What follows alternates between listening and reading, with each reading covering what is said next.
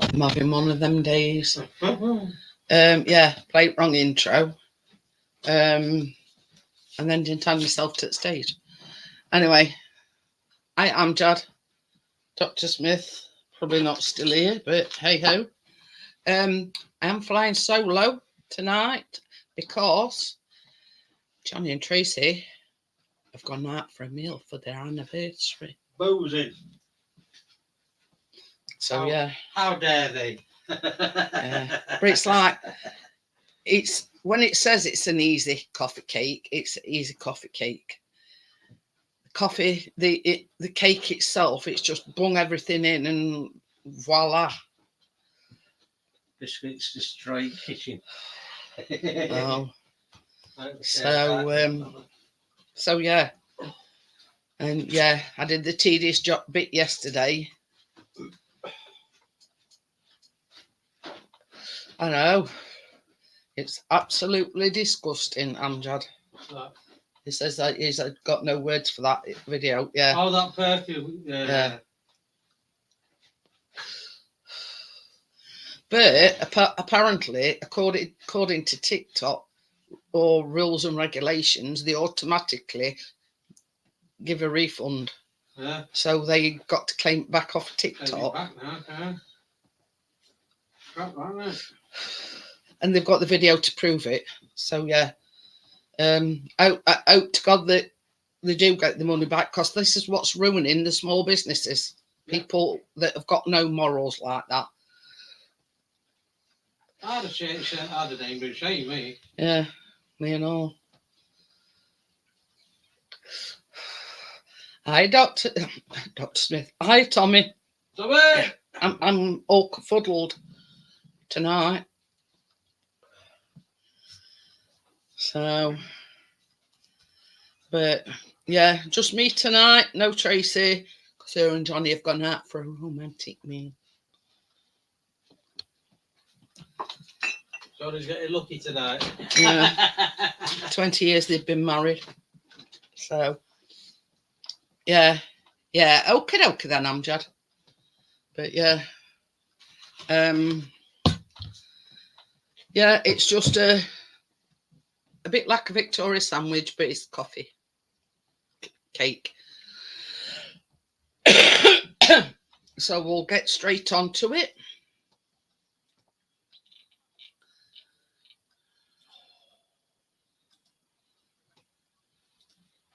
So first things first, what I'm going to do is I'm going to put my baking powder in with my flour, as I normally do. Oops.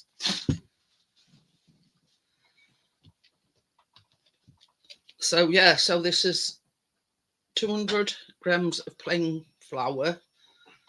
Hi Daniel, how are you? And this is 2.5 teaspoons of baking powder. So that's going in there. And I always like to do that first. So, and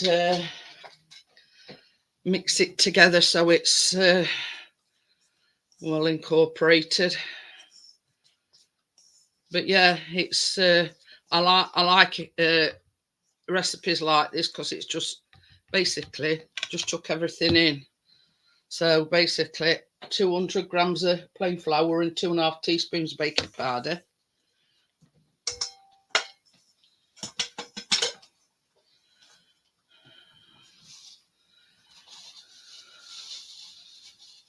$220 grams of margarine or butter. It does say you can use either or. So that's that. Okay. Wait. Come on. These I'm gonna play with. 220 grams of light brown sugar.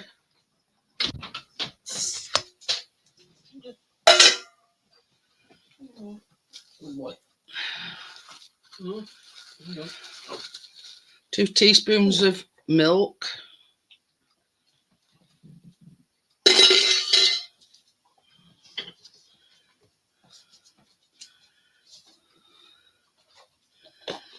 This is 3 tablespoons of coffee, the one that I ground down yesterday, because we only use granules, so I've had to grind it down to a powder. So that's 3 tablespoons of that going in. And last but not least,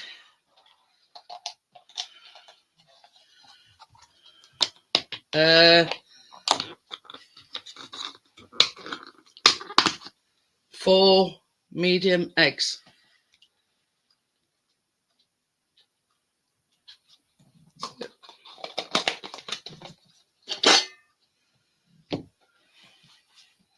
So now, I'm just going to mix it all together.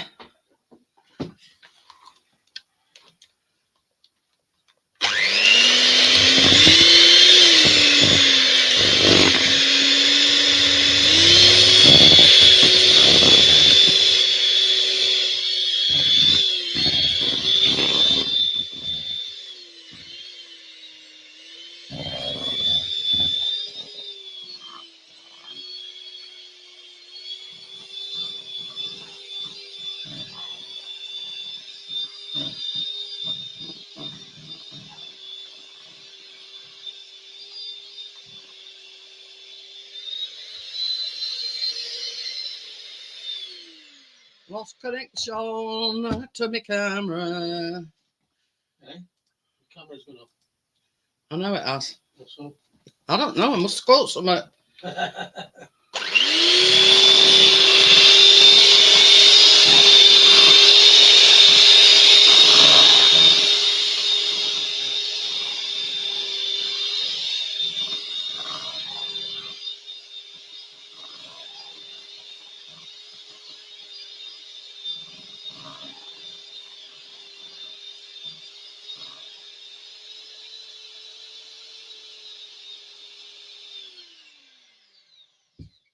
And let you, To wash them now. well, not straight away, but Wait for a moment. I'm going to go wash them. it's all right. I normally have 2 mixers, but I think my other one's got a loose wire. Is it like, Probably just loose. yeah, it just been working when it wants to.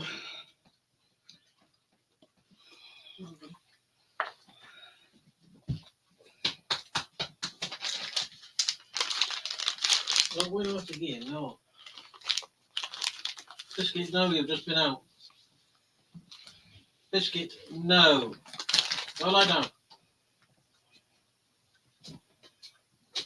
Lie down. So here we have 2 8-inch cake pans.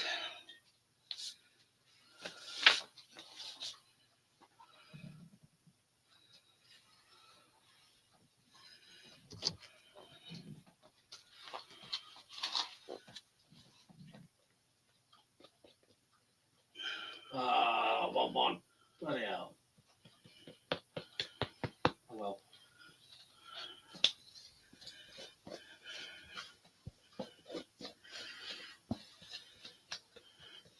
And you can smell coffee, the coffee flavour already.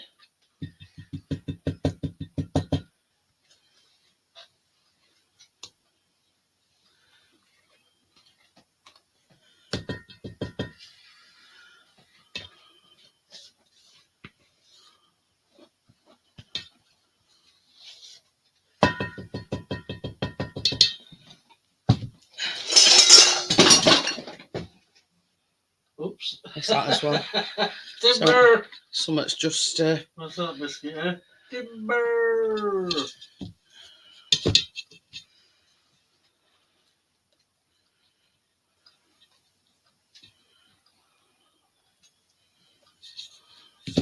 Some biscuit has not gone upstairs yet.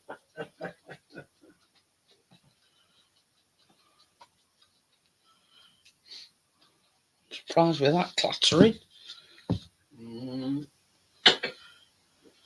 I'll go watch the beats.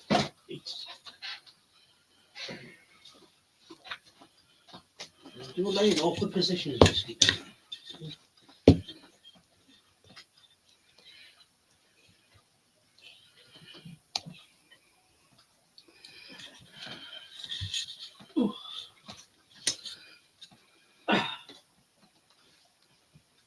Okay.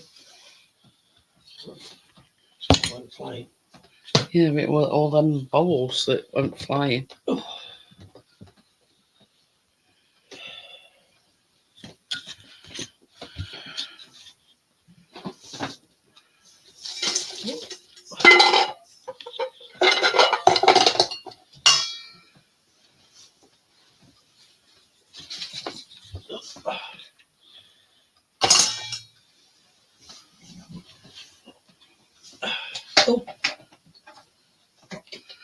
So you get an even bake. Yeah, you spread it out as much as possible so it bakes evenly.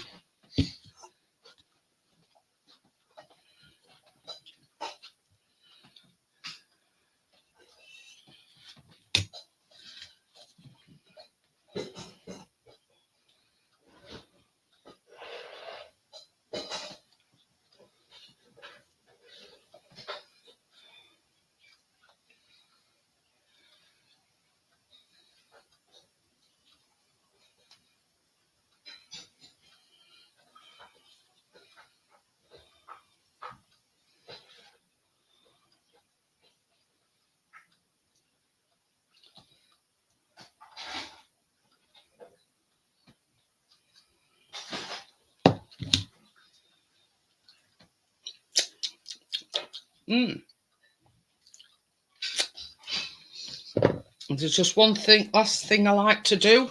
And if you're wondering why I'm doing this, it's to get rid of any air bubbles in the mixture.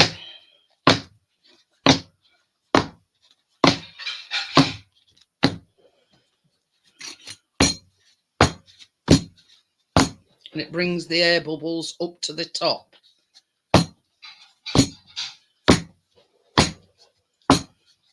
And pop some of course.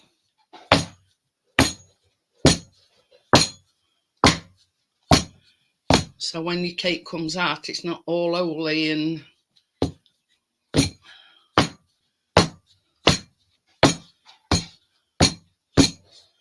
Right, this ready when you are, Mr. P?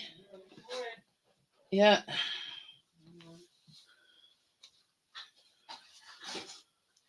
Now it says bake for 30 to 35 minutes, but I always like to do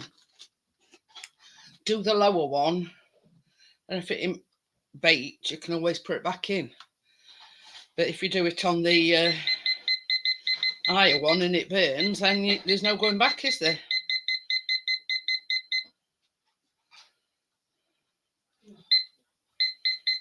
It's this that I don't like.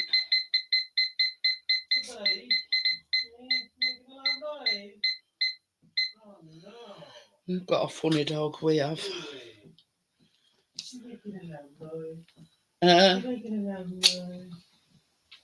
Strange. It's not a loud noise though, is it? Let me just right round the edge of these tins so we don't get any burnt on. There you go. Ready? I'll pop it on a tray. Entirely up to you.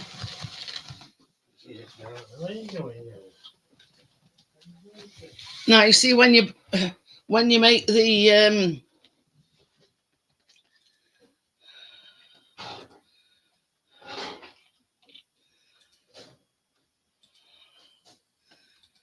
when you make the buttercream, you actually put yeah.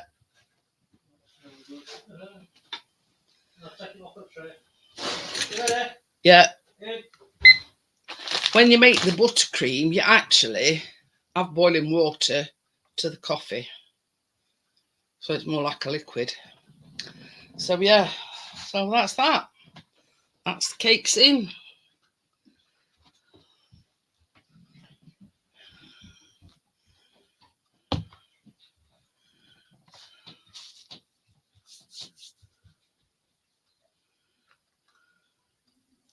Can you put kettle on, baby? Yeah, it's good seconds.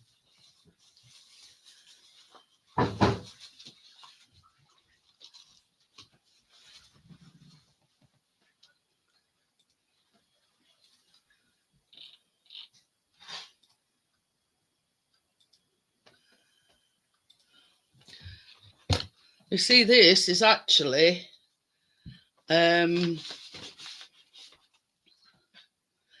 teaspoons of instant coffee powder or granules, but you add 4 teaspoons of boiling water. So yeah, so obviously I wanted to do that bit because it needs to be cooled down.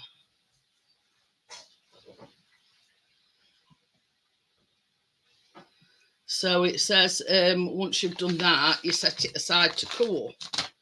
So what I'm going to do is I'm just going to put this fan on.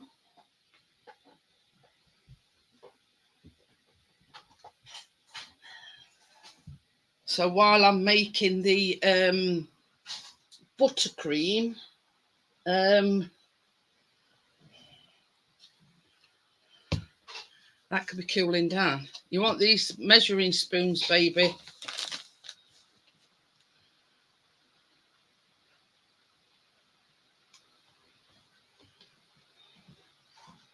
So while we're waiting for that, I proceed to make the buttercream. Come on in, guys. Come and say hello. I don't bite, only if you want me to.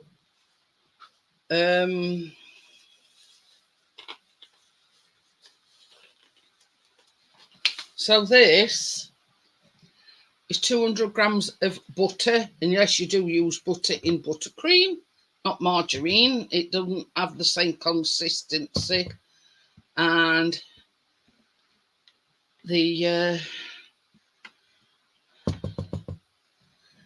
it doesn't make the buttercream as silky.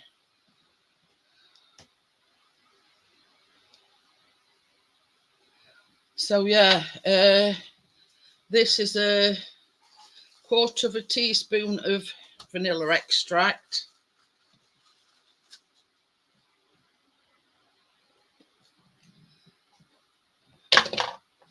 So what I'm going to do is, when Mr. P brings the beaters back in, I'm going to carry on with the buttercream.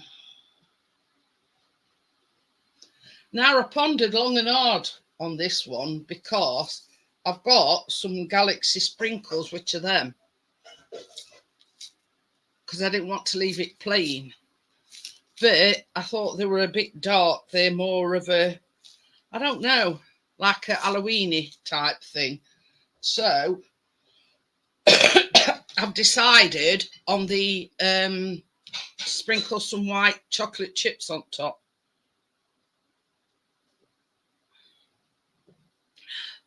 Just having a drink of my coffee while I'm waiting for Mr. P. Do you know where that little jug is, baby? Because I'm not sure whether, because this is only a thin thing, I'm not sure whether it'll withstand boiling hot water.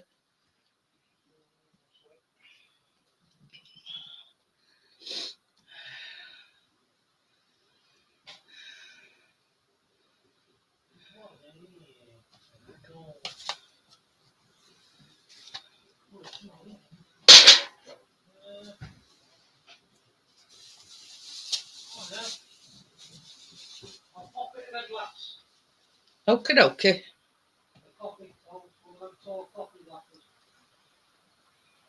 Well, I only need 4 teaspoons. I need something to mix it in. I need something to mix it in. So I've got 9 watching and nobody's chatting.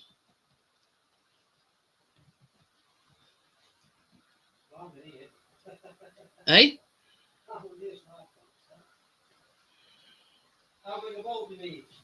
Well, just so you can mix coffee. Give me 8 spoons. That's your coffee. Which one do you want?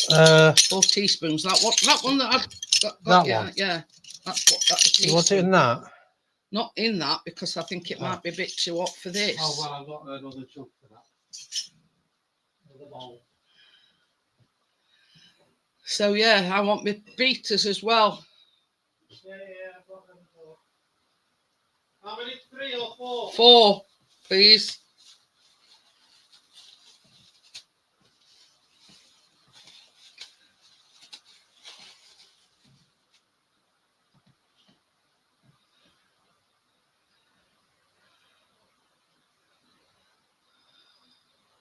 Four.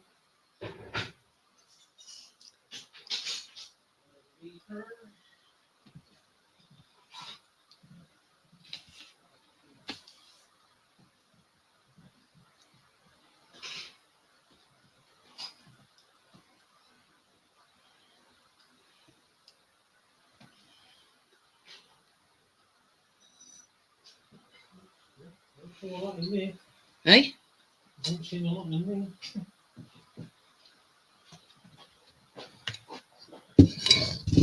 You don't need a lot. It's only to dissolve this. Yeah, it's only to dissolve this this coffee. So yeah, this is 4 teaspoons of boiling water, and obviously that's the 8 teaspoons of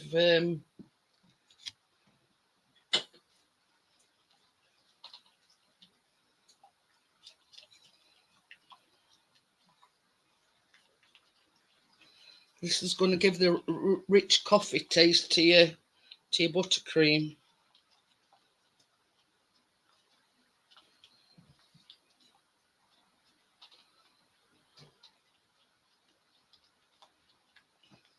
I'm just going to put that there so it cools down a little bit.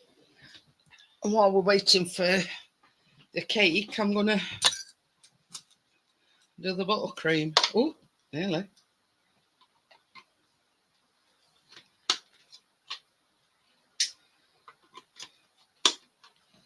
So yeah, I'm just going to beat this butter for a little while.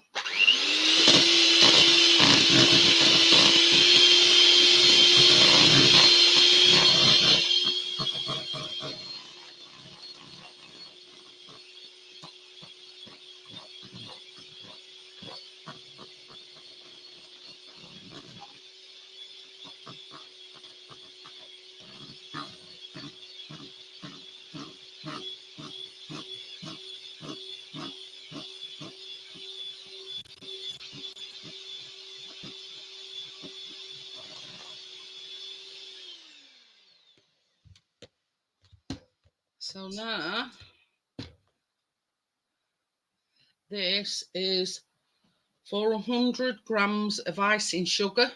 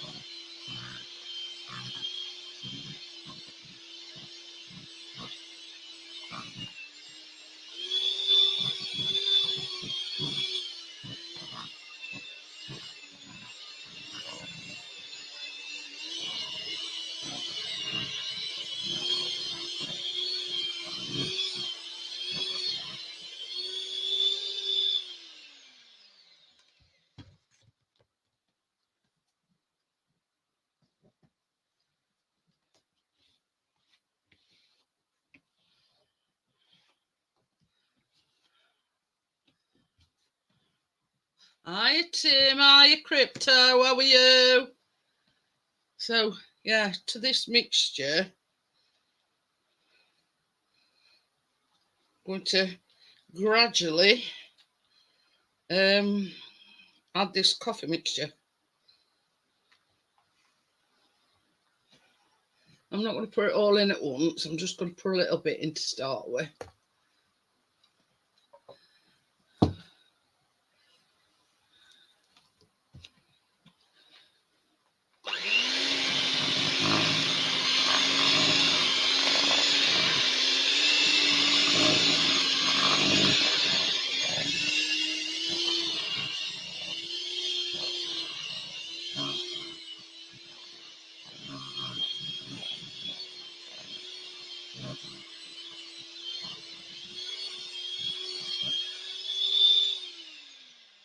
flying solo tonight because Tracy and Johnny have gone out for their anniversary. So yeah, so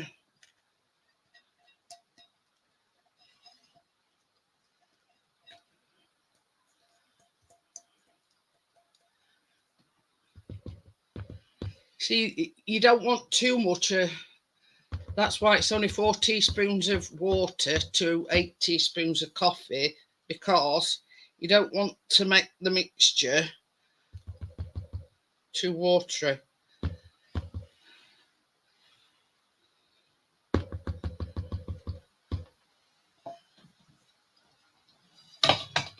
And I have got some milk on standby, just in case it is a little bit on the thick side.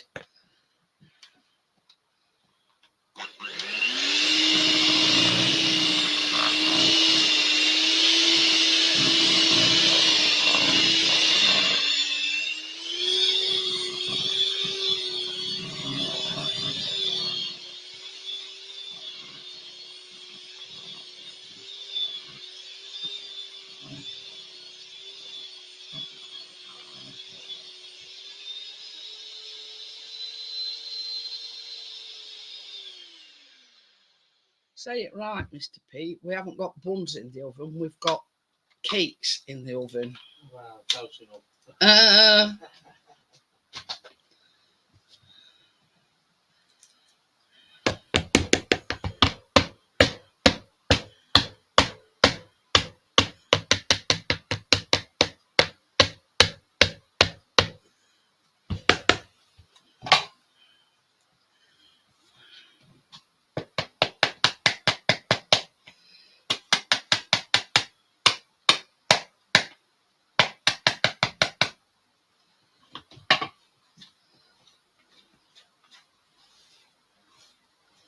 So yeah, I'm just going to get one last mix with my spatula. Spatula.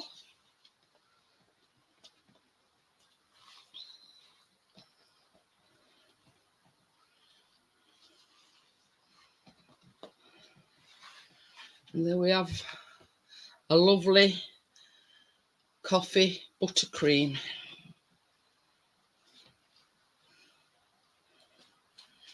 And you missed the bit, Crypto, where I said I thought it'd look a bit plain because you put a third of the buttercream in the cake, a third on top, and then the rest you put in a piping bag and pipe like rosettes. I thought, well, it's going to be a little plain looking.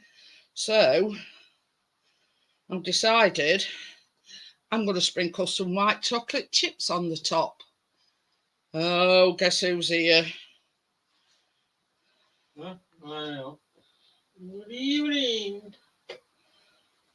Charlie Wally's in the house. Yes, and I didn't need the milk. I did have it on standby just in case. Where are they gone now?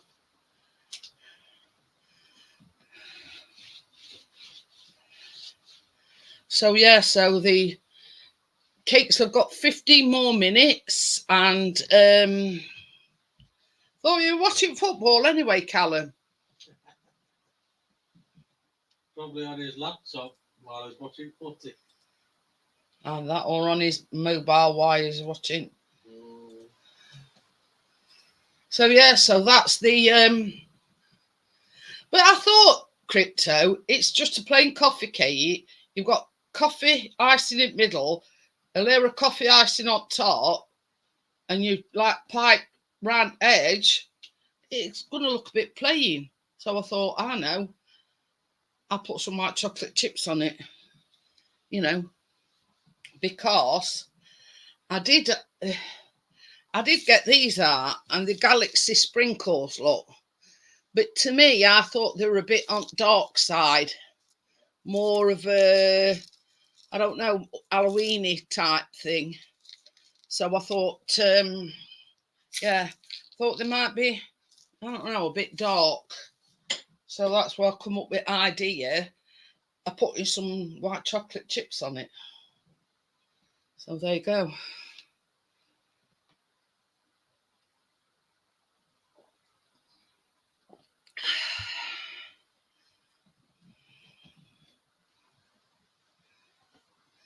Yeah, yeah.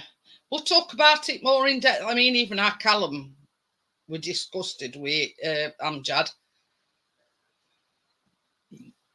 So, you know, because I said, well, you know, it's just beyond comprehension that somebody would do something like that. I mean, nothing surprises me nowadays. Yeah, because see, they're a bit on.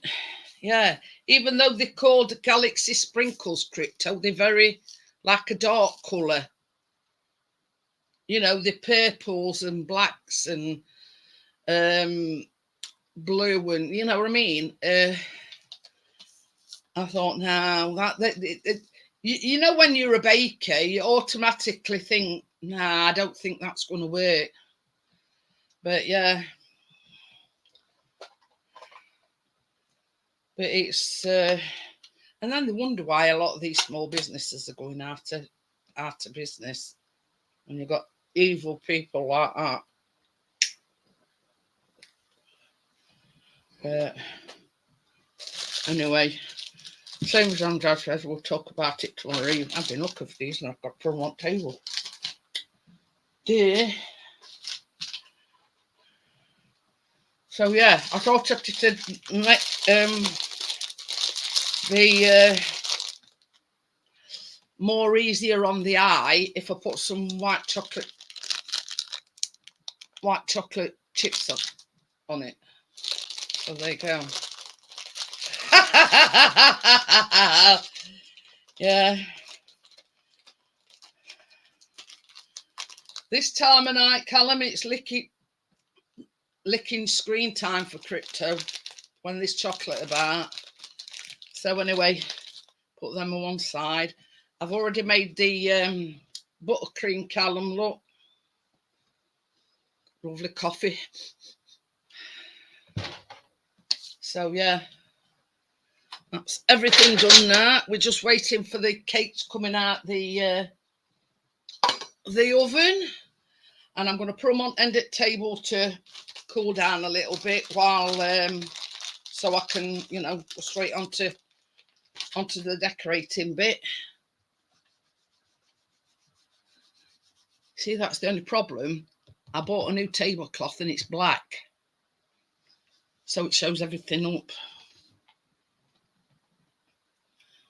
But yeah, this recipe, it's from a website called Charlotte's Lively Kitchen, and I've done a lot of her recipes, and that is by far the easiest. You know, it's very much on the lines of the Mary Berry thing, where you just chuck everything in. You know what I mean? So yeah, you know what I mean. It's I like it when it's like that. You just chuck everything in, mix it up. Yeah, you do have to be very careful because you're chucking everything in the bowl. You know that. You know, you've got to make sure everything's mixed up and there's no streaks of flour at bottom of the, you know what I mean? So you've got to be very careful and check that you've mixed everything completely. That's the only downside of it. But I like the fact that, you know, you know, there's no beat this and beat that and beat other, you know what I mean? It's just straight in bowl, jobs are good in.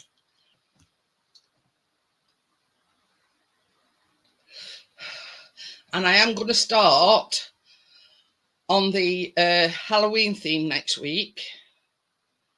Now, obviously, hi Steve, how are you? If you lived a bit closer, Steve, you could sample it. But sorry, sorry, not sorry.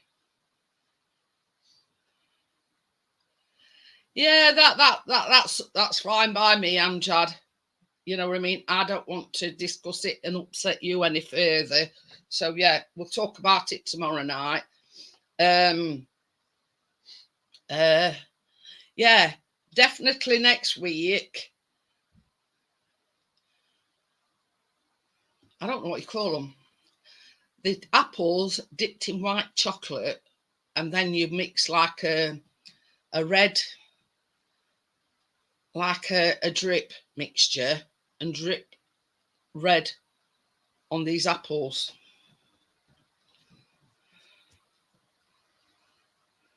Try and show it you. But I don't know. You see, I was going to do the Halloween fudge. But then I've come across a black velvet cheesecake cookies. So I'll show you the cookies first, because that's the first thing I've come across, and that's sort of like on the Halloween theme as well. So I might do them next week. But the cream cheese in the middle, you have to roll it in balls and put it in the freezer, and then wrap the cookie dough round the balls of, yeah, I think you get the drift. But yeah, that's very much the Halloween thing. But I've got to order some black cocoa off Amazon. But I have got some in my basket. And I think the week after crypto, I'm going to do the skull, the skull cupcakes. Can't wait to use them moulds. Jack Skeleton Halloween apples. There look. And they're dipped in white chocolate. And that drip, well, it's that drip that they actually use is a ready-made, like a glitter gel type of thing. But I've looked on Amazon and it's not available. So I'm going to compromise, and I'm going to make like a white chocolate with red food colouring thing. So you're going to have white chocolate apples and, you know, white chocolate but coloured red to drip on the apples. So yeah.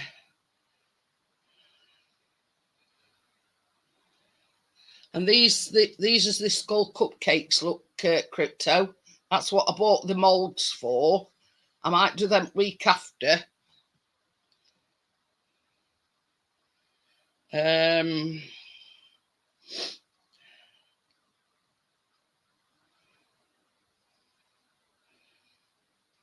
So I've got the apples and the black velvet cookies next week, and then the spooky skull cupcakes the week after, and then week after that is while we're away. So I have sent Tim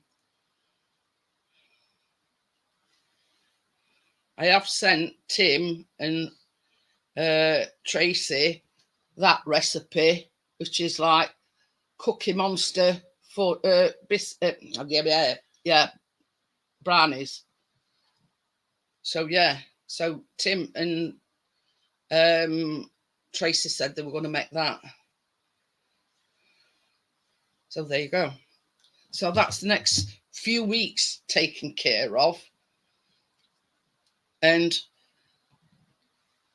when we're back the week after, the Tuesday baking, and then it's Halloween on the Thursday. So I've got to come up with something. I mean, this is the thing, Tim. I buy it in 16 kilogram bags, and mine, it could take me about a year to get through all that. So I just use it anyway, if that makes any sense. So long as you look at it and it's not got any of these, because sometimes you look on these baking websites, and they're called like what they call flour weevils, and they're like little, you know, creepy crawlies in your flour. That's when you chuck it out. If it's okay, if it looks okay, and you ain't got any of these flour weevils, then you're fine.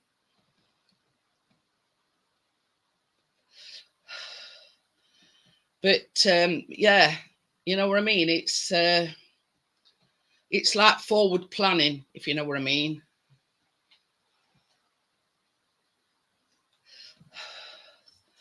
But I think as well, because I've got to put an order in Friday evening for my Amazon. Hiya, Bria, how are you? I'm going to order that, which is that, and the long black, even though I've got long black gloves and the cake thing. So, yeah.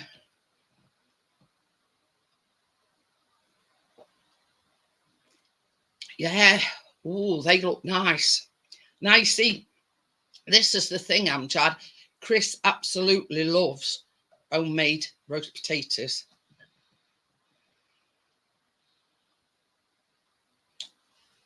So, yes, yeah, so we've sort of just been doing a few forward planning, Bria. Next week, I think I'm going to make black velvet cookies and like white chocolate apples. It's something different rather than you run-of-the-mill toffee apples. Apples covered in white chocolate, and then you excuse me, then you do like a bloody red drip, and they easy peasy. Just melt your chocolate, dip your toffee apple, dip your apples in it, put them in fridge to set, because it only makes 4. So in our house, they'll be fighting over a spare one. But yeah, so that's what I've got planned for next week. And then the week after, I'm going to make these skull cupcakes. And because I've got the skull molds and everything. So that's that week. And then there's the week while we're away. Tim says they were going to join Tracy to make the brownies. And then the Tuesday that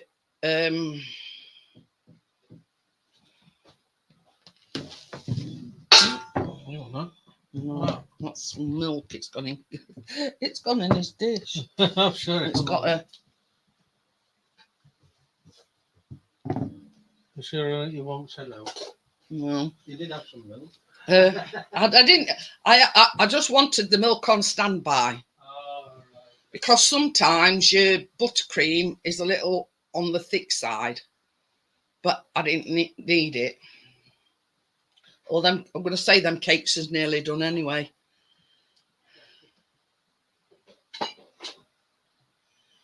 But what I'll do is I'll move the things over here. I've got fan on, so it cools them down in the tin a bit better. So obviously you're not tipping them out while they're still hot and blah, blah, blah. You know what I mean? So yeah, when I make the skull, obviously I'm going to make the skulls ahead of time.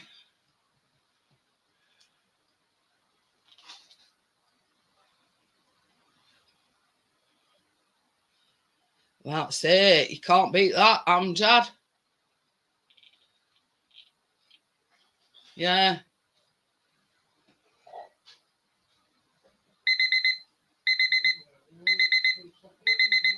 So yeah, this obviously make the spooky skull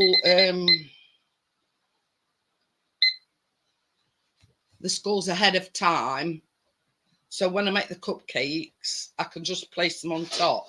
Now, I'm sort of in a bit of a dilemma.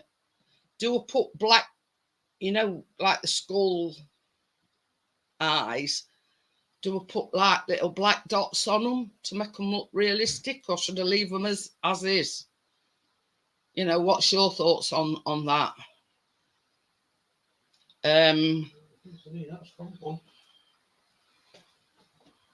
I've got a skewer here. So tell you. Yeah. Clean as a whistle. This is the back one. And that one's come out as clean as a whistle, look. So that one will have an all to guess. Just turn that way a bit, just so it cools it down. Yeah, clean as a whistle. Can't turn that off now, then. Yeah.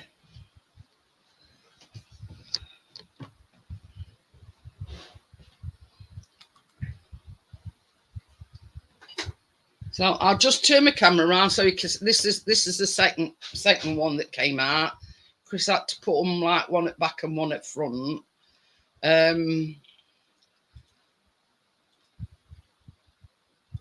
So yeah, this is the one of them anyway. So what I'm going to do is, I've got my fan on, so I'm going to put them over here for a little bit so it cools them down.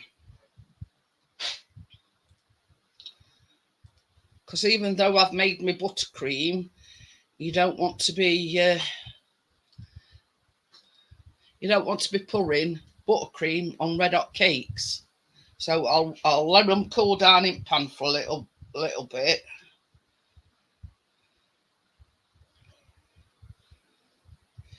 Because see, I did contemplate these, and it's toffee apple mini tacos and the old El Paso things. But to me,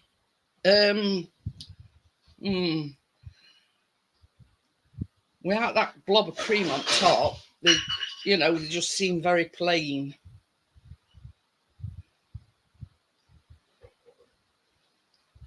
So yeah, you know what I mean. But the thing is, if we were to make these tacos, basically, you put your double cream up, you put it on top of the the spiced apples, and then you put it in fridge. But double cream is very stable, so you'd basically have to eat them straight away, otherwise everything's going to go soggy. So I've got my two spatulas. One's an angled one and one's a flat one. So I've got two of those. But yeah, them, I forget what they're called now. Standing something or other. I forgot what they're called now. 1 pack of old El Paso mini stand and stuff soft flour tortillas. Now they're not massive things, but it makes 12.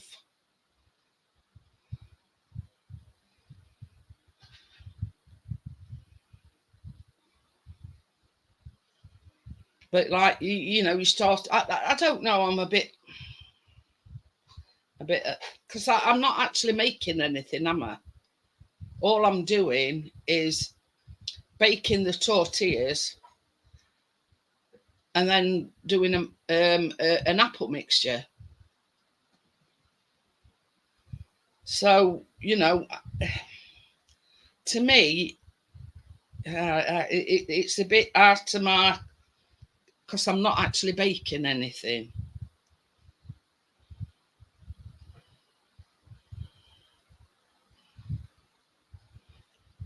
Now these, red velvet swirl brownies. But I thought, well, if Tracy and Tim are making brownies, yeah.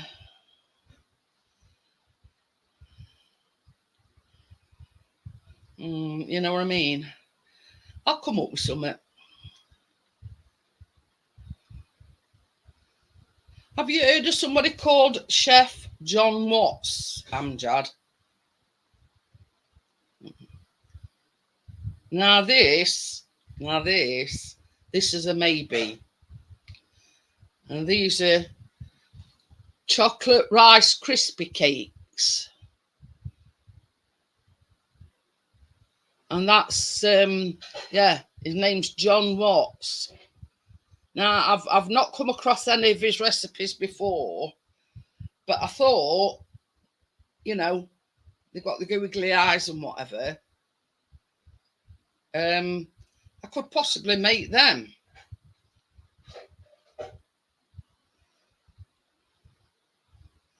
So yeah, you know what I mean? The actual, like 2 days before Halloween, make the chocolate Rice Krispie cakes.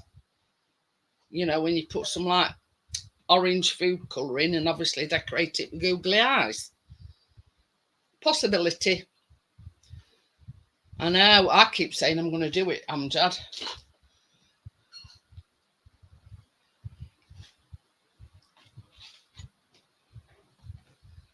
Right, I'm going to attempt to get this out of here. But you know, I've got the Biscoff. That's the thing, Amjad. So what I'm going to do is, because I thought, now should I use the cake tin liners, or should this has got some greaseproof paper in the bottom, so by all accounts it shouldn't stick.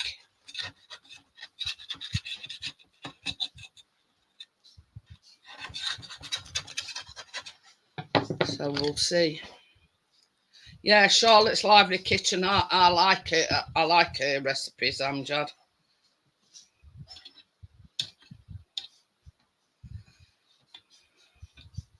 She's somewhat like a no fuss baker, like Mary Berry, if you know what I mean.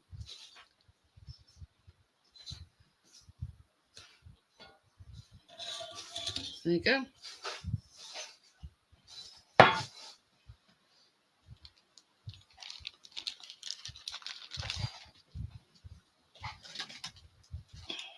Because see, out of the tin, it's gonna cool down a lot quicker. So that's why I've Nom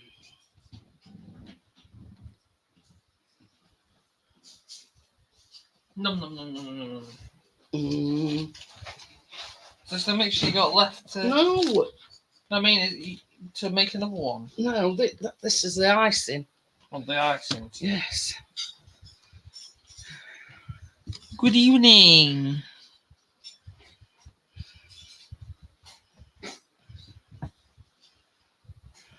One. But yeah, I've got the, you know, the round cake tin liners that you actually put in these tins, Amjad. I've actually got them, but I've also got, you know, the round greaseproof paper parts, you know, circles already cut.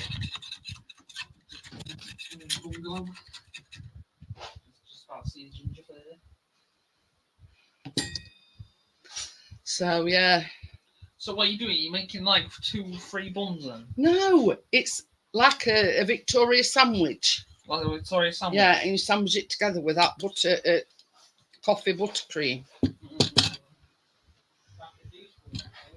Gordon Bennett having to explain to him. Also want to know. Yes, you got first time. You know, to double the buffet.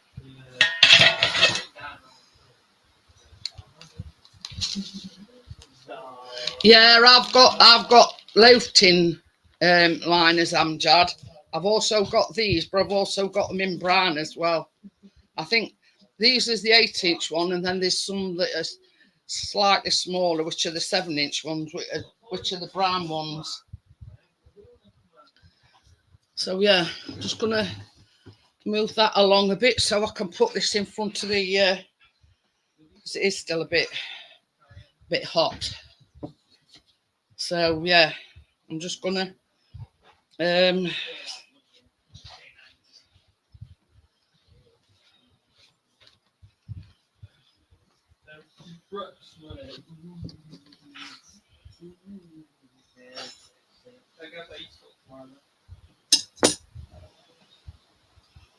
because obviously you don't want to put your buttercream on a warm cake.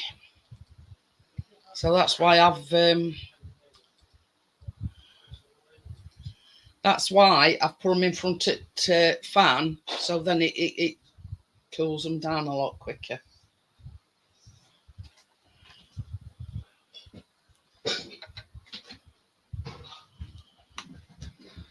I've got all sorts, Amjad, me.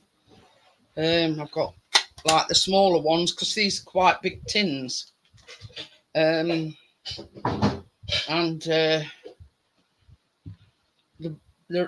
the other ones, the brown ones, are a bit like smaller, you know, for the like 7-inch cake tins.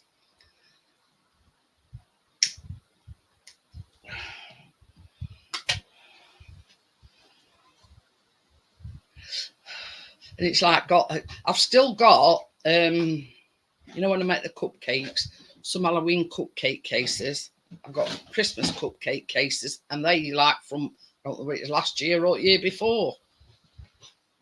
And the googly eyes is on here somewhere because they're in like a Tupperware container.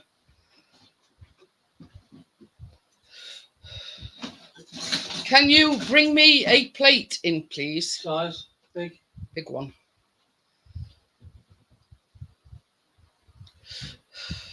But they're very convenient rather than sort of, you know, I've always got greaseproof paper. So rather than like tracing round your tins and then cutting them out, they're so convenient just to put them in bottom of tin. So much easier. Banging. I've just put them in front of it fan to cool down a bit. So yeah, once they've cooled down, I can start decorating it. We're at 1-1. Huh? We're at 1-1. Yeah. John will be pleased. At least Norwich didn't lose, that's the thing. Oh, that's the thing. Tomorrow night, I'll probably be coming from upstairs because they're watching football. But at least it's not disrupted the baking lives, if you know what I mean. So yeah, I'll be upstairs tomorrow.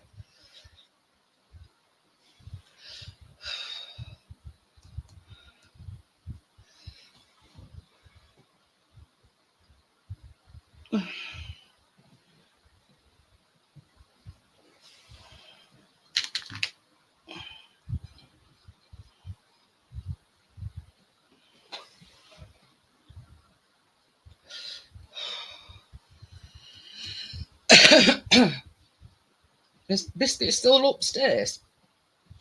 Maybe. Huh? Is Biscuit still upstairs? Oh, Biscuit. Yeah. It's upstairs. It's like you say, it's that blinking from that clock.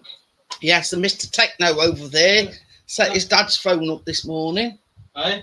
I says, and Mr. Techno over there set his dad's phone up this morning. Got no clue. No clue whatsoever. Nah, I'm on my Facebook, Dwayne. Dad, do you know your password? Yeah. Well, for He couldn't remember none of the passwords. But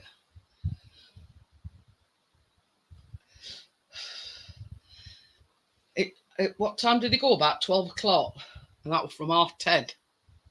So it took him an hour and a half, all said and done, you know, to sign him into Google, which he couldn't remember. He couldn't even remember his email address.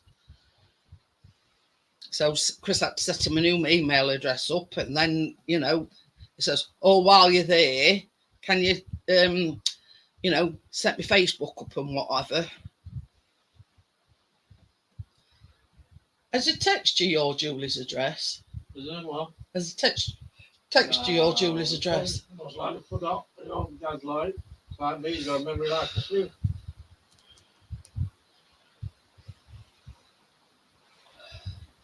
But yeah, Chris was like pulling his non-air out by the time he'd done.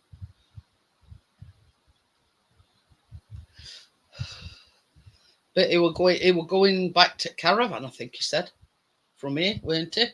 What? Going to caravan from here. I can't remember where he said he was going. What am I? You see, he's got a caravan in Hornsey, which isn't far from where we stay in Flamborough. So he says, well, he says, I'll come and see you while you're in Flamborough. He said, has he got Google Maps on? He says, yes, Dad. It should be Google Maps. I know. Yeah. Has So it got Google Maps on? He says, yes, Dad, it's a Google phone. But never mind, eh? What hair I did have, it fell out. I know. Oh dear, I've lost too much now. The weight off. So I'm going to start decorating now.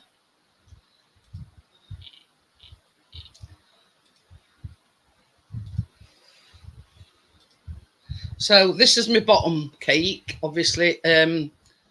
Yeah, they've been in front of fan, so it says a third of the icing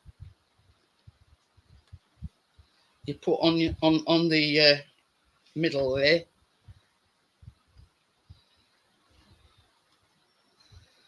Let's see how we go with that.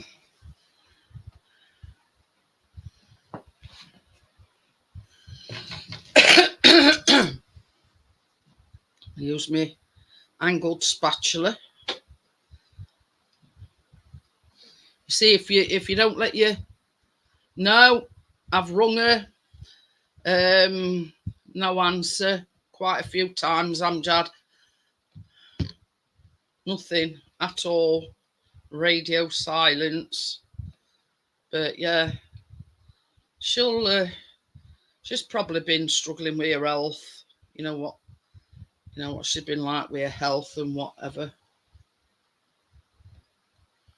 Spread this out a little bit.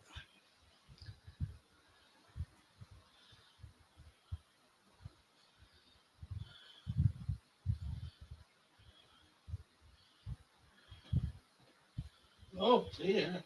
I did even message Baz to check she were all right, but no reply from. Yeah.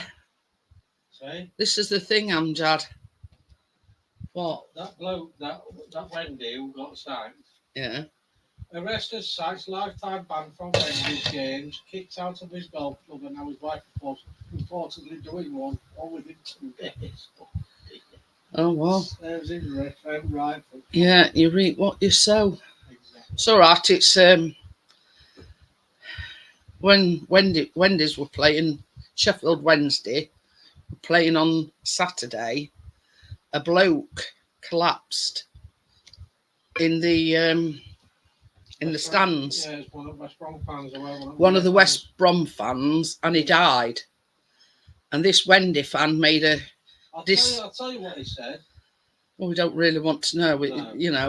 No, we don't really want to know because it were a very disparaging. Deserves everything he gets. How can I put it? The best way I can explain it to you is it was something to do with the Hillsborough disaster. Yeah, and the fan. Yeah. So yeah, it were and he's been sacked from his job. Hiya, Barry. How are you? Hello, Barry, lad. So yeah, he's been sacked from his job. He's got a lifetime ban at Hillsborough, and even the golf club that he goes, he's got a ban from there as well. Mm-hmm. Good. So you make remarks like that. You deserve to be punished, and he's been arrested as well by police. We win tomorrow by 1 goal in the third. So yeah, but I'm not going into detail of what he said, but it went very nice. Online about it. Yeah.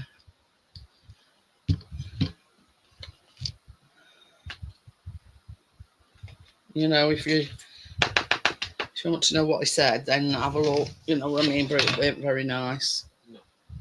At all. So yeah, so that's the middle bit. Apparently they're going after his missus and all. Yeah, Callum said they were targeting his daughter and his wife. But I mean, in respect, that's not fair. No. Because They it's had nothing to do with it. yeah, I'm going to say it's remarks that he's made, not his wife or his daughter. So to me, that ain't very fair. Going after his wife and his daughter. Now him, yeah, he deserves everything he gets. That's a good kicking. Thank you, Barry. This is coffee flavoured buttercream. And I've put some in, obviously, in the middle of cake. And Cat's out. no idea. Well, took us in his shed, in his bungalow. Yeah, I don't know if Tess is out or in or what. I ain't got a clue. We don't know how many bloody times. They need an extension on that shed, on that bungalow. No room for two. Sorry if you can see it, Bobby. I've no idea, Ramjad. Bobby? Probably fell Sorry if you asleep. see it. Peeing it down for a change. Chucking it down. For a change. Sorry, Roger, you're going to have to wait for your meal.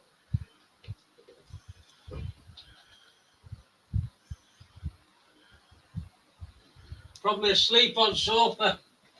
No, Richard. Yeah, he probably fell asleep, Amjad.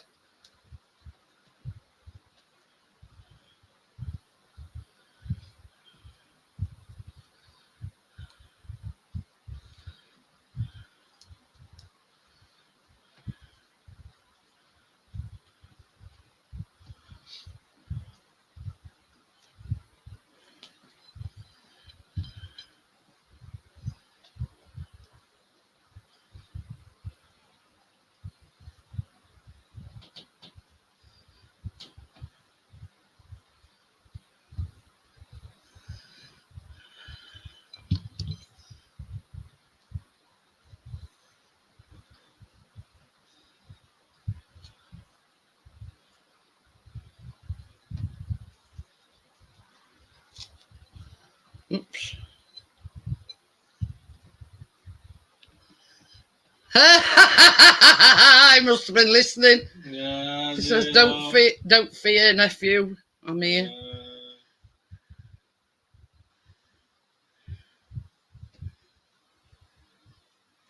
Funnily enough, Gary ain't been in tonight, Richard. Probably watching Celtic match. They've got smashed 7-0.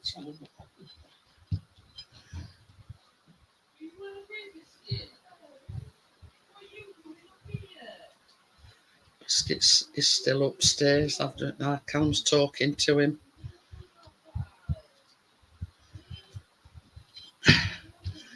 Trying to make it as neat as possible.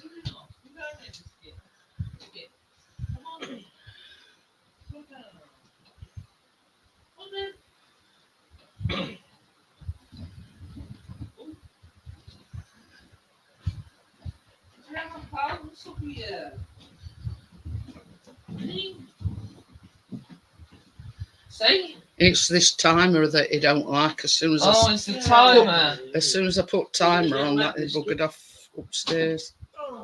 It's the timer, is it? Oh, what's Tulsa King? Oh, no, we'll see what it's part. It's good.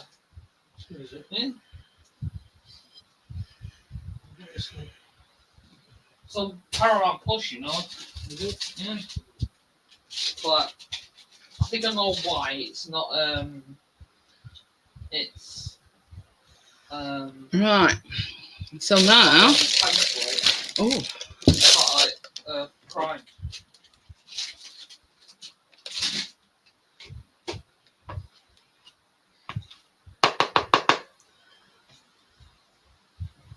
So, you know, you put it by my door. Biscuit went on my door. Oh, bloody hell, what the hell's that? A biscuit. Hey, what? I got in bed at 9 o'clock. Rain. Oh, Raining. Not hearing.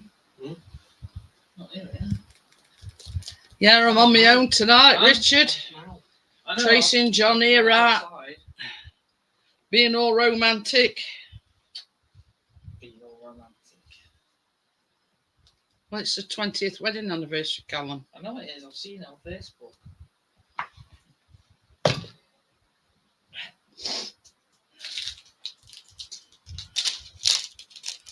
Get one of my rubber rings out ready.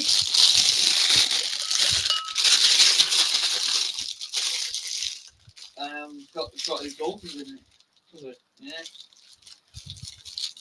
Well, one of his daughters. I heard that over here, Callum. If it's not biscuit, it's Callum letting one rip. Where is he? Hey, come on. Is he pretending to have a wee? About to cut some grass. Had to cut some grass. He's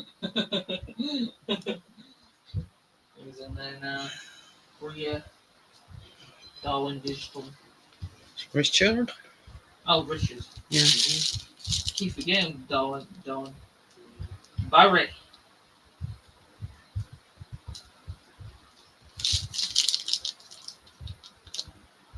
Come on then. Mr. Scaredy Pants. What this? What this? Come here. When are we having coffee and cake? Ready? I mean, what this? Oh, excellent. Are you done with this? Yeah. Test the icing. Chief taste tester.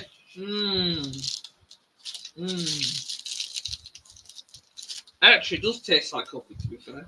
Yeah, because it's got coffee and icing. Has it? Yeah. Oh dear. It actually tastes like coffee. Yeah, because it has got coffee in I it. didn't know that the coffee were actually going to be in it. Yeah, and cake. I see I'm behind caffeine now then.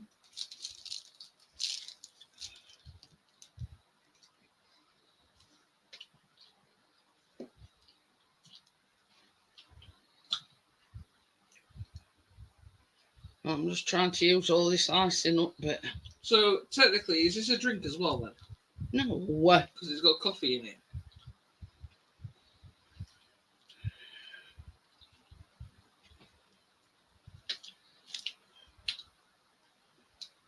Streaks of coffee there. You are? I says in the buttercream there's like streaks of coffee. Yeah, so technically it's like a drink then.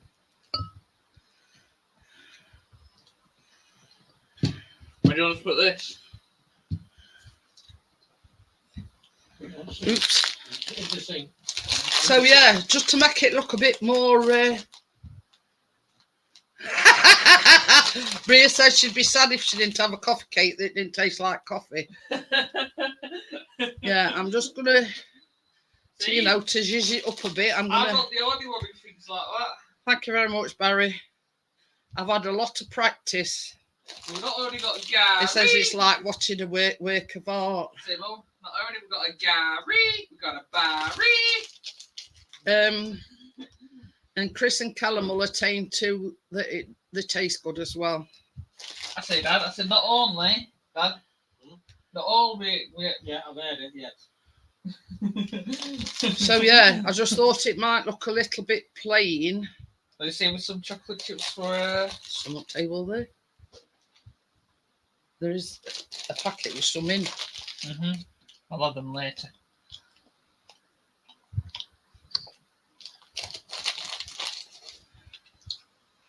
Oh, there's a bloody fan blowing it off. Well, I have fan on to cool it down, Callum. Bye. Hi, Joelle. How are you?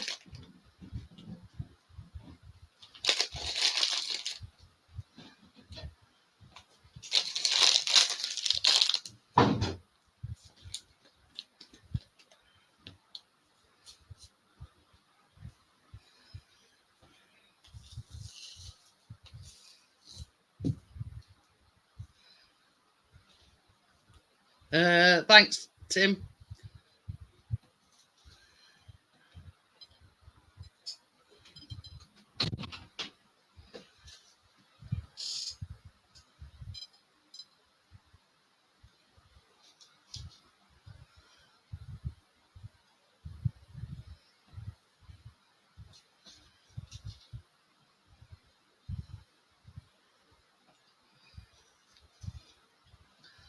I decided to put some of these on after all.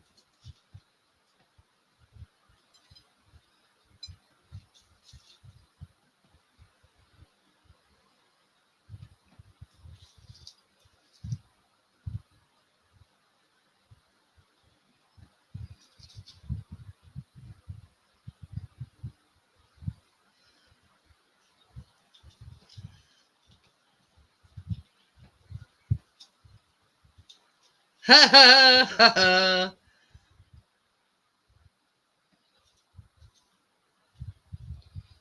Can you imagine how strong that would have been, Bria? Yeah.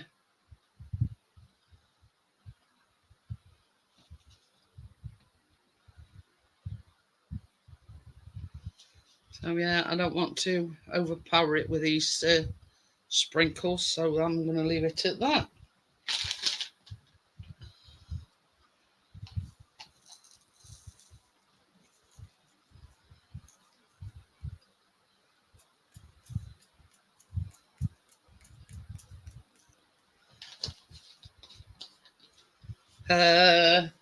Thank you very much, Crypto.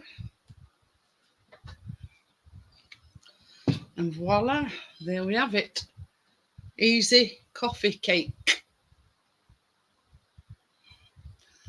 All ready to devour. So when you're ready, baby, will you put me that in fridge, please? Oh, I think I could do that by now.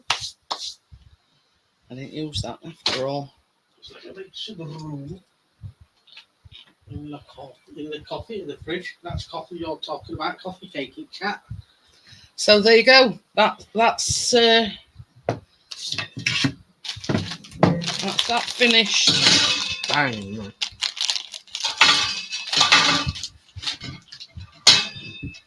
Is it worth me putting the link in, Richard?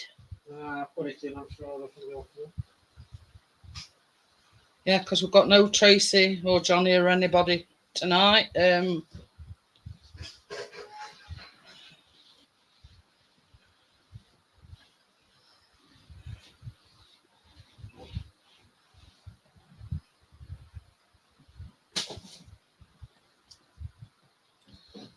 I'll put it in anyway, and then I'll.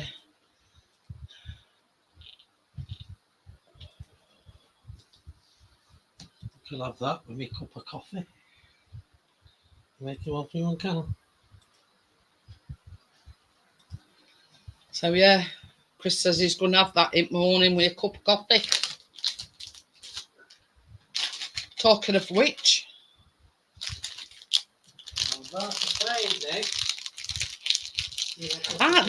you see, this is the thing. That's me cup, Spanish. I don't particularly like cold coffee, but when Chris makes me a coffee, I like to let it cool down a little bit. 3 hours later, she decides to drink it. So yeah, you know what I mean? But I don't like it piping hot. So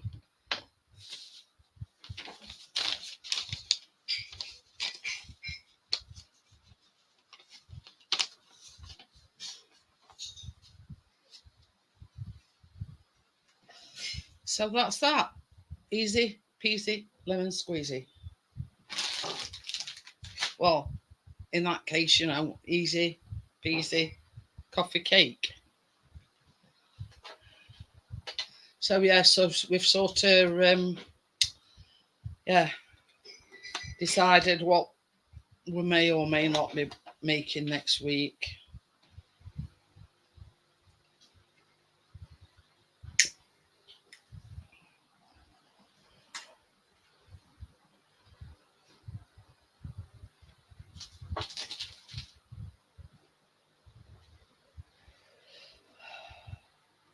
Now you see these black velvet cookies.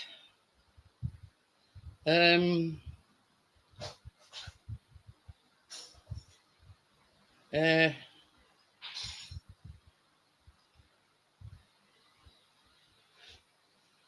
what you do is,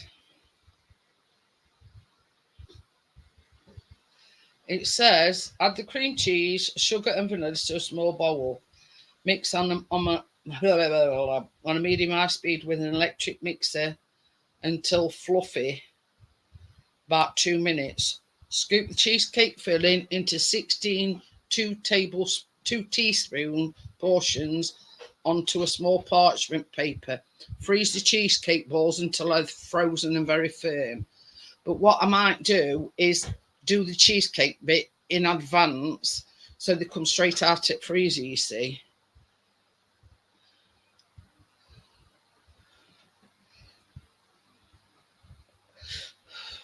And then you make your cookie mixture. You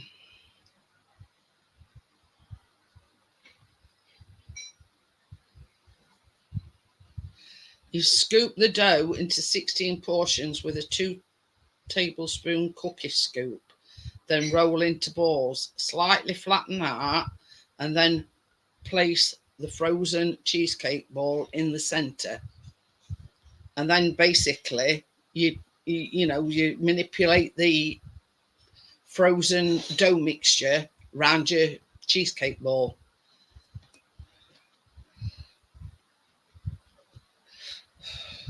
And then you mix like the black cocoa, because it obviously, because it's called black velvet, I've got to order black cocoa off Amazon.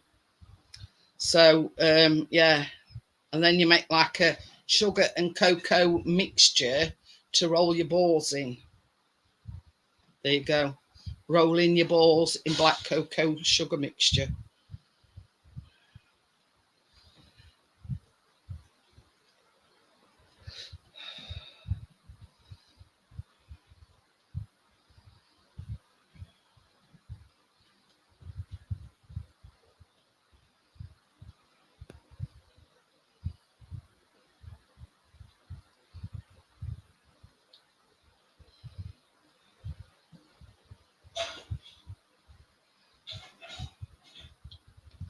But it don't tell you when you've in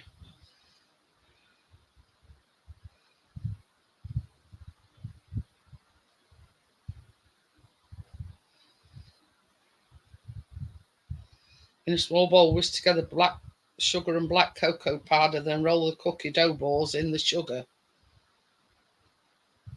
And you actually leave them in like a ball form.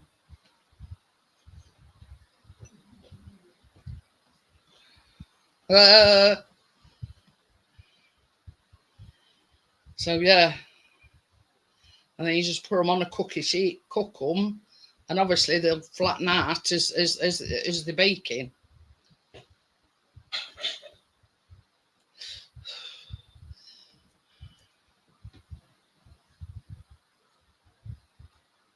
But I've put link in, Richard, if you want to come up, or if you're still in bed, or it don't matter.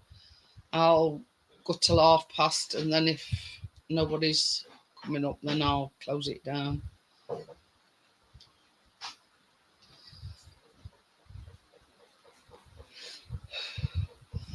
So, but yeah, I think I'll do that next week along with the apples, because I have got some lolly sticks, but they're the flat ones. Now, if you push them into an apple, it's going to make the go brown, because you put it in, where its stalk is. but I've got some like proper, like, you know what you use for these cake pops and things like that. I have got some in my shopping bag off Amazon.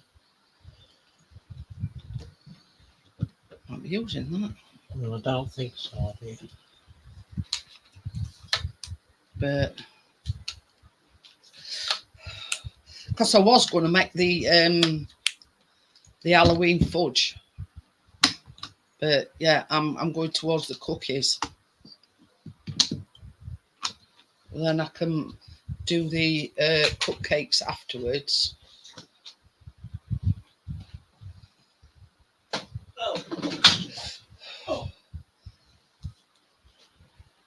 There's this one, isn't it? Yeah. That's me. It's all right. So, yeah. Yeah. Have a ciggy. Oh. But it's sort of misleading people. Yeah, Pippin. I mean, there's been several of them Pippins. Because I think the original Pippin died. Oh, what was Pippin? Right. But yeah, you know, any normal person either goes in car or gets a taxi. Not Auntie Mabel, she gets the plane everywhere. So yeah.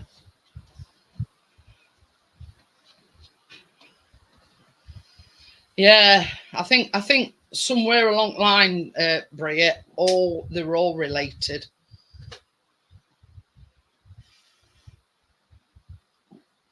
But I mean, like, our Callum used to watch it, and apparently, I've heard on grapevine that they're bringing Balamori back as well. So yeah, can remember what's the story in Balamori? Apparently, that's coming back.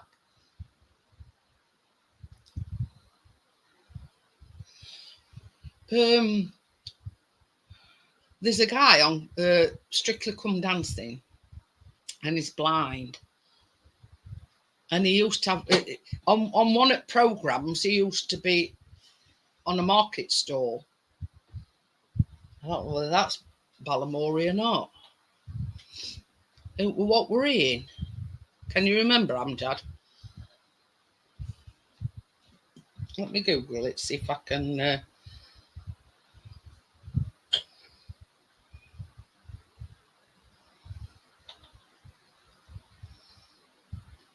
Chris McCausland, his name is.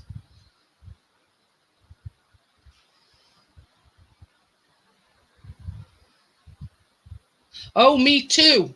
That Rick. They were in Me Too. Yeah. Oh, pardon me. Yeah.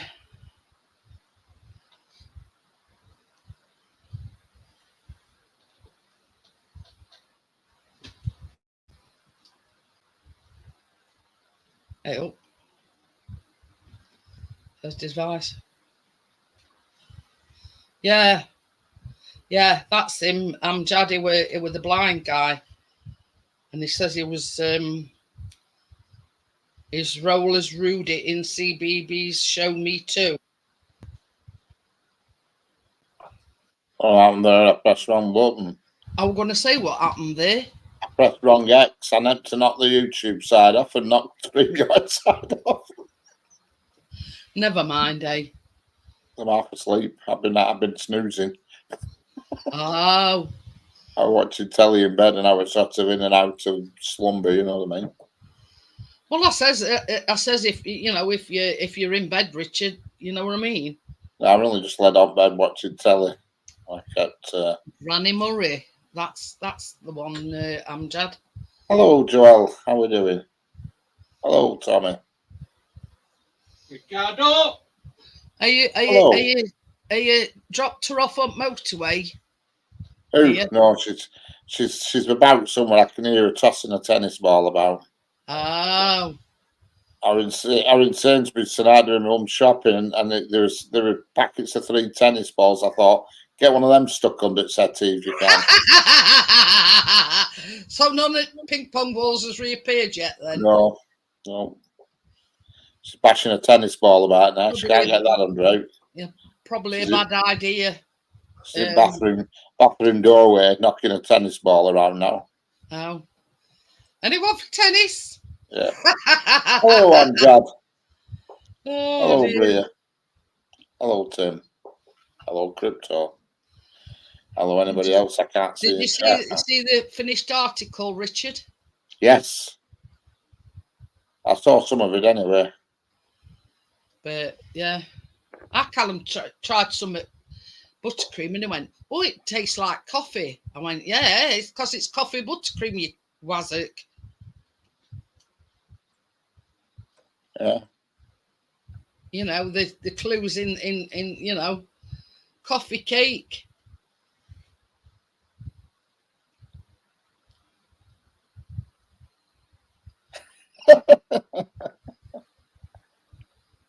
Yeah. Well, I bet that's a runway outside. Yeah, I know. My plane's parked out there now on grass. Yeah. Tuh. I think you've got to remember it's a children's show and it's just nonsense. What? I think that's what you've got to remember. You It know? was, yeah. But yeah, they're on about bringing that Balamori back. I can't used to love that. You know?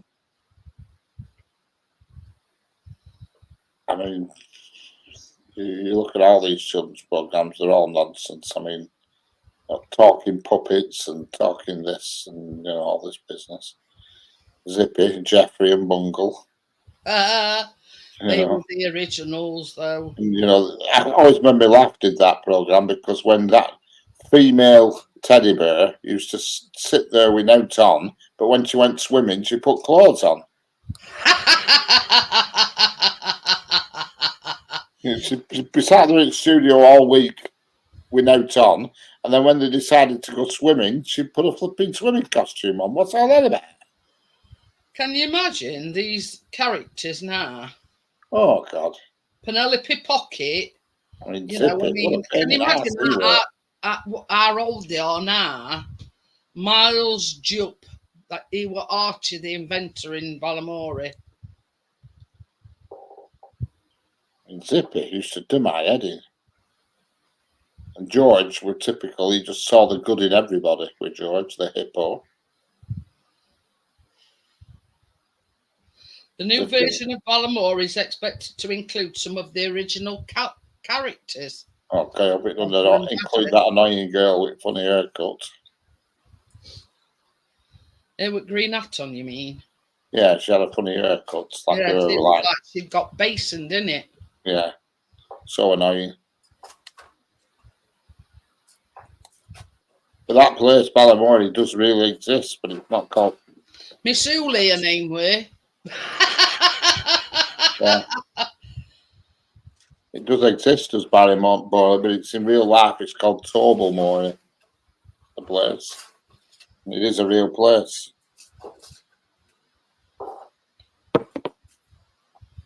Jesus Christ, what is that cat doing now? It's doing a bit of litter reorganisation. PC Plum. Yeah.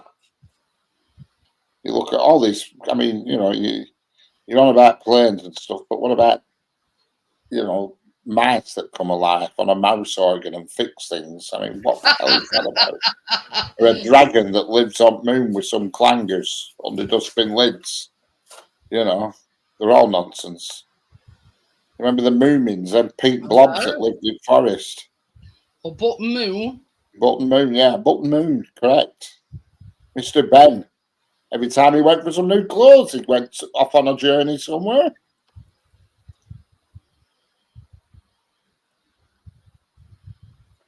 Yeah. Zippy were annoying. I'd have licked him up in first 30 seconds if I'd have ever met him. I know. It's like you're... sarcastic little bar steward he were. I'm just looking at that, Amjad. Chocolate lesbians. Now that it sounds all right, does that? What's a chocolate lesbian? It's this Asian girl, and she tries all these biscuits, chocolate ones, yeah, you name it. And she's as thin as a rake. So where's the lesbian bit coming to it? I don't know. She calls them chocolate lesbians. Oh, right. I see. She must have an off license. Actually, that played Penny Pocket ain't dead.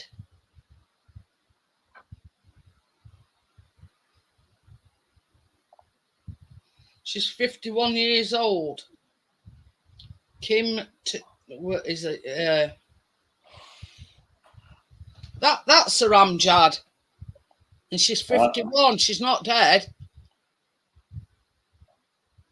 No, she's not dead. She's married to somebody called Daniel Tunnicliffe. She was the one that were in wheelchair. That's Polly Pocket. Penny Pocket. That's Penny her. I've Pocket. just shown you. Yeah, no, but who was she? I don't even know. I've never heard In of her. Ballamore, she was the that one there in Oh, right. she was in a wheelchair. Chocolate lesbians are for only for girls. Well, men are welcome. That's more like it. 1973 she was born, 30th of July, so she's just Susie Sweet. Right, let's have a look.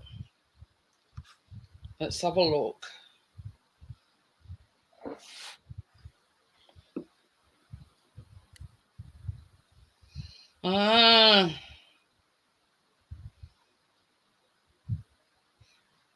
Oh, she used to be in Take the High Road as well, Effie McInnes or whatever. Hi, partners, how are you? Take the high road. Bloody hell. Remember that? Take the high road. Good grief. Yeah, that's her that Amjad's on about. She needs to take the bloody high road. I used to watch that and all when it were on. Yeah. Yeah. It was a Scottish thing, weren't it? Yeah. There's some crap series on back then when you look back. Bloody hell. Take the high road. Crossroads. Remember Crossroads? Penny Pocket run shop in Ballamore. Crossroads on every tea time. Do you remember that? I know. Miss Brenny, Miss Diane. That's it, Benny, Handyman. She died in 2013. She was 78, that Penny Pocket. What called that flipping hotel in that place? Oh, Crossroads, what it called? Crossroads Hotel. Oh, yeah, of course it was a place called, I think a place called something like Seven Oaks or something like that, weren't it? Something along them lines. Something along them lines. But with Miss Diane, a woman in charge, she was called Meg Mortimer. Aye. She got a very colourful love life as well. Yeah. But yeah, her that played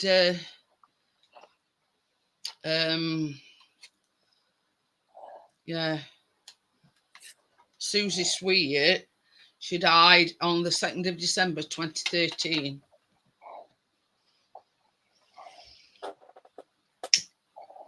But yeah, she tries all these, and apparently, according to what she was saying, she got a freezer full on them because it says something about she was moving out, and she says, "I'm trying to get through all these biscuits that's in my freezer," and she was stick insect. And I says to Amjad, I says, "She eats all them biscuits, and she's like a stick insect."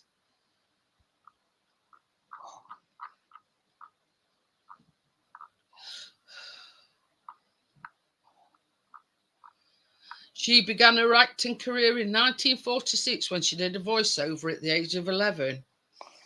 There you go. I don't remember her in Crossroads. Was she in Crossroads? Oh, we're on about in Ballamore. All right.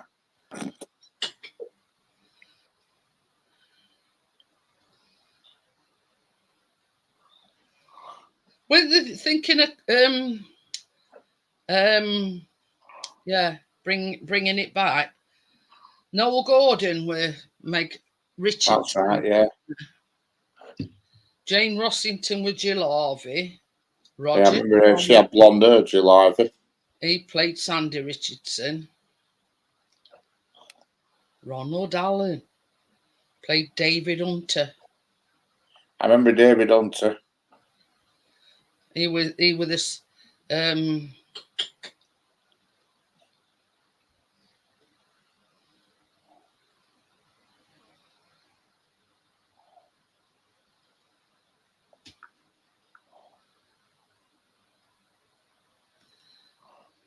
me have a look who he played. Paul Henry, that was him that played Benny. Paul Henry, Benny. That's him, look. yeah. He's 78 now. It will be. Crossroads started in 1964. Really? Yeah. From 64 to 1983. Well, 1988, I think. He appeared in 354 episodes. And I think they brought it back briefly in early 2000s, but it was a flop. Oh. So it's not my TV everywhere, you daft cat. 78 he is now. I bet a few of them are dead. I bet Meg Mortimer's dead, Noel Gordon. I bet. Oh, definitely. She's been dead 30 years.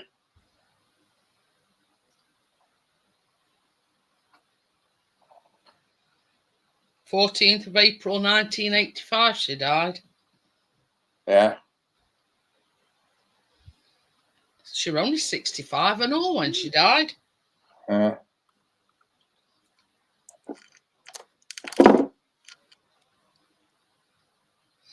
Jesus wept. Yeah. I remember that it used to be on every flipping tea time, didn't it? Theme tune went no. She's 81 now. Yeah. You remember her? Yeah, I do, yeah.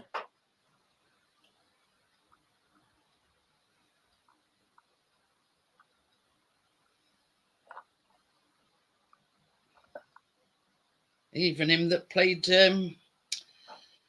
Richard. And who is it? Audrey had to Coronation Street in it. I never knew that. Really? Yeah, Sue Nichols.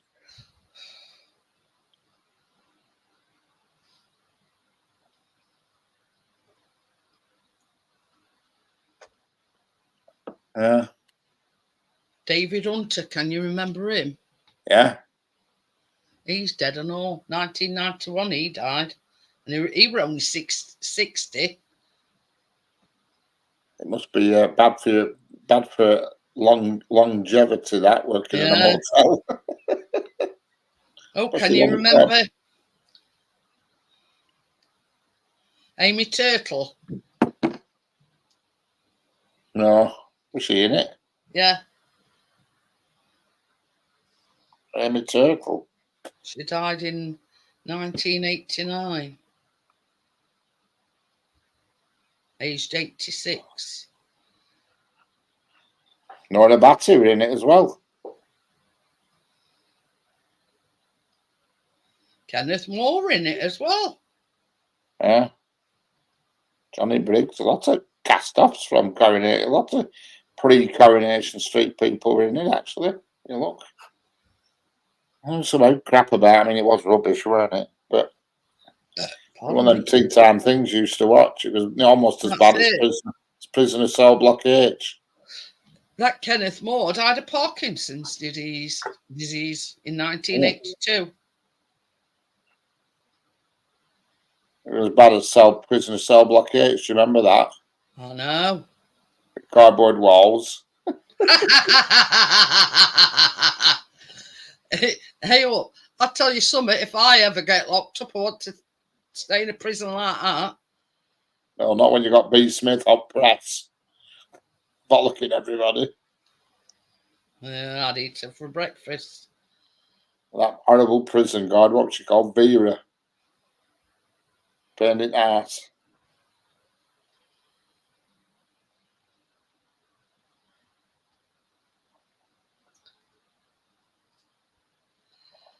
Barbara Hunter, she played Susan Marjorie Jefferson Lloyd.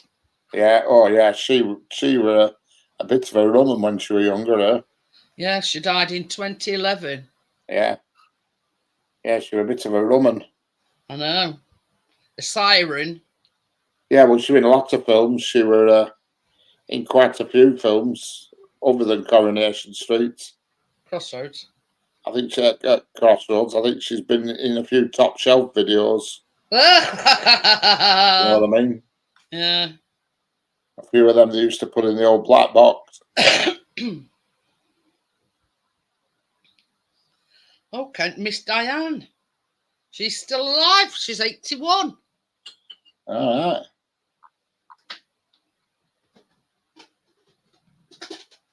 Diane Lawton. And she's still alive, 81 years old.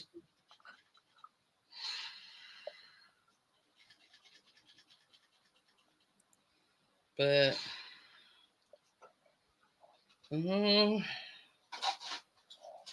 yeah.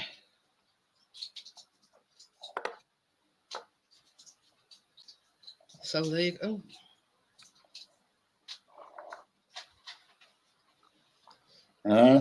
Got woman on that on weather. Got one with umbrella last night. A woman on tonight. What's she doing? Walking around with just a dress again on? No, it's a coat. Ah. Rain possible after 1:45. No shit, Sherlock. Well, it's fine here at the moment. In fact, it's been fine most of the day. It just odd spitting spells. Pissing it down here all day. Was it?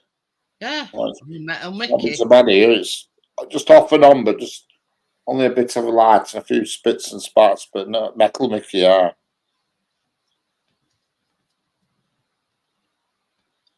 She died today, Linda Barron. No, been dead quite a while. All right. Metal Mickey, God forbid. 5 foot tall robot. Johnny Edward.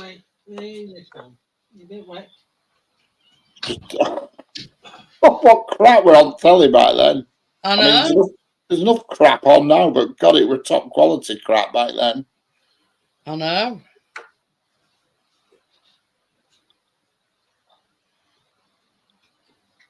Okay, Amjad. See you tomorrow. Okay, then see you later, Amjad. His Bye. catchphrase were boogie boogie. See you later, Amjad. And his favourite treat was Atomic Thunderbusters, which in essence were lemon bonbons. Right.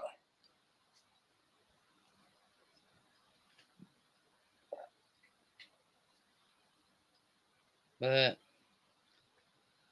hey, Mickey DeLenz, producer of it as well. That's him at it. Monkeys, isn't it?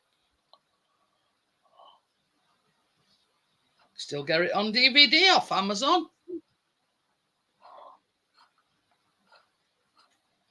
Apparently.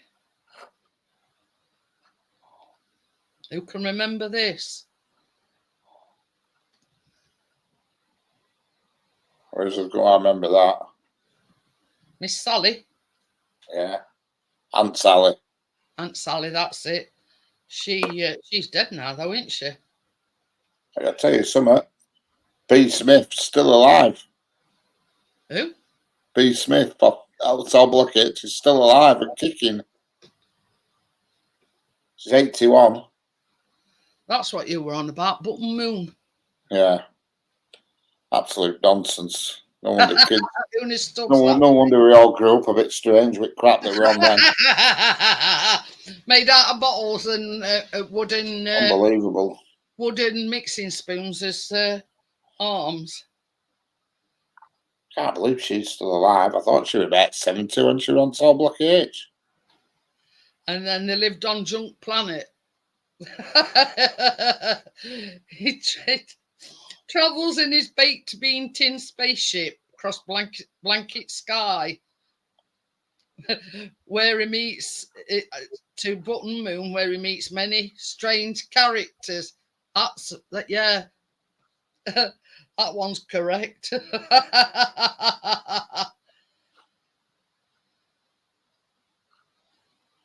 George and Mildred, look. Yeah, I used to like that. That was funny.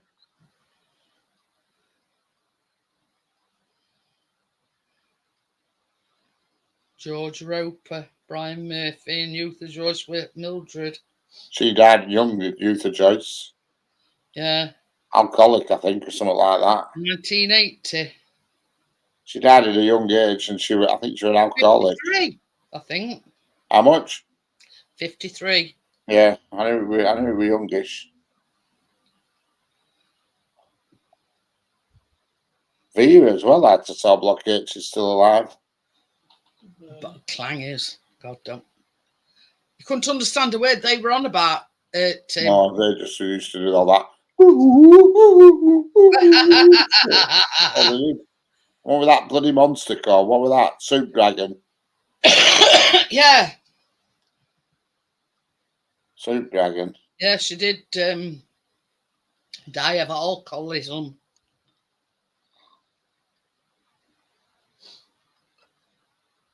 She died of liver failure due to her alcoholism.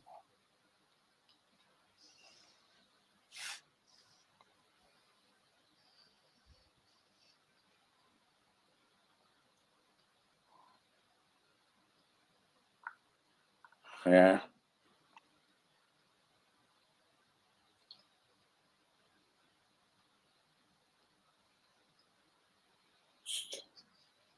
Futurama. I don't remember that. It's after my time, is that? Futurama. It's a cartoony thing where a woman with purple hair with one. When I was a kid, it was Mr. Ben. Then whatever it was called, where they used to look through flipping round window, square window, mirror, Yeah, plague arch Plague windows. Squall. Hi, Gordo. Can Anybody remember that? What is it? Oh, Beverly Hillbillies. I remember that. That was top notch with that. Yeah. That were funny. I used to love watching that. Oh, I've been watching them only a few months ago. That a rerun. Been watching series again. So bloody so funny. It's better to watch second time round because you pick up on the comedy more when you watch it second time round. That played Ellie Mae Clampett, she died in 2015. Yeah, she were all right. We're back in there. She were like a. She was very much so. It made me laugh that Jeffro says they've got a cement pond here with flamingos in, and he shoots them. She died. You've got a swimming pool, a cement pond. She died of pancreatic cancer. Oh, fine. Cement pond. Cement. It was so funny that. I only watched that a couple of months ago. I watched a few of them again. I've been trying to work out how to use telephone because they'd never used a telephone. I got it. Yeah.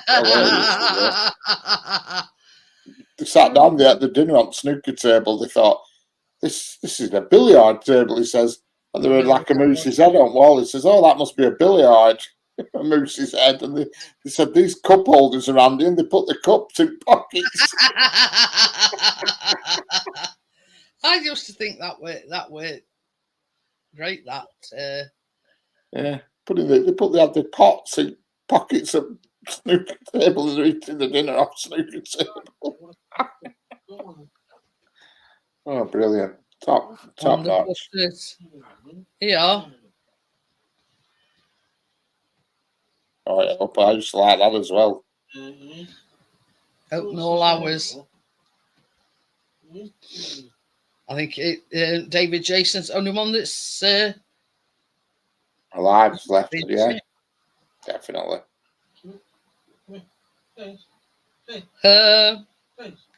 Some others do have them. Can you remember that? Oh, God, yeah.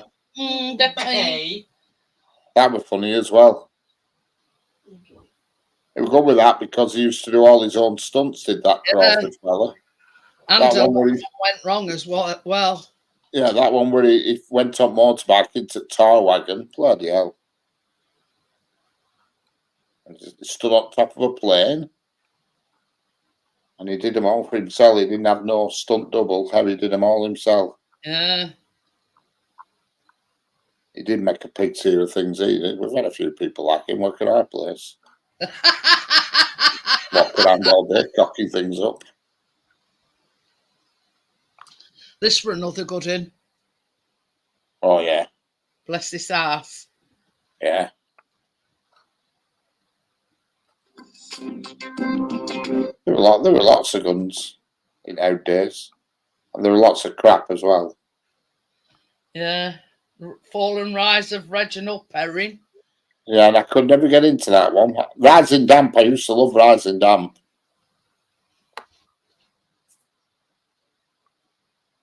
God, Robin's Nest. Yeah, I remember that. That was like a spin-off to the other one. What was it called? The other one that was similar to Robin's Nest. Bloody hell, what it called? One of them were a spin-off of the other, and I can't remember which way. Really Loved Our Neighbour, but it was something along them lines. It was a spin-off. One of them was a spin-off from the other.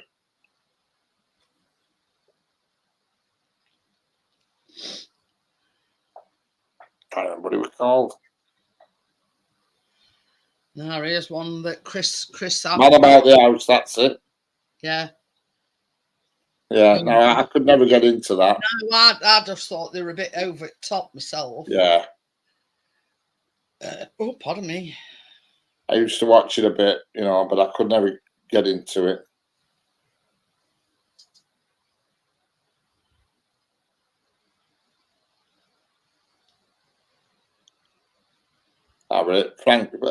Robin's Nest and Man About the House. One of them were a spin-off of the other. I can't remember which way it spun, but one came from the other. Because it was the same person in it, Robin Tripp. Ah, that's it. Yeah. He was the main character. And with that, I'm up on panel. Yeah. Was it George and Mildred or a spin-off of Man About the House? I used to like George and Mildred. I thought it was all right. Original caster, Only Fools and Horses. Grandad. Leonard Pierce. Yeah. Of course, Buster Merrifield or Uncle Albert, he's brown bread as well. Yeah.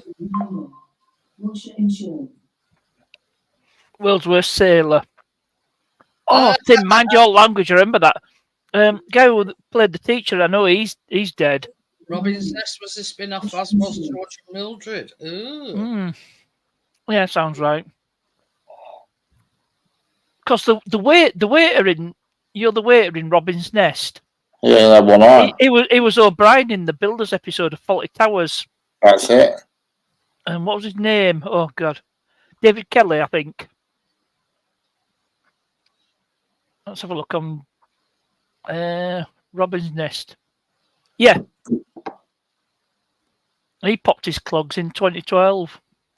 Can anybody remember this? Alf, Alien Life Form. I didn't really watch it much. No. I think Jim Henson might have been behind that one.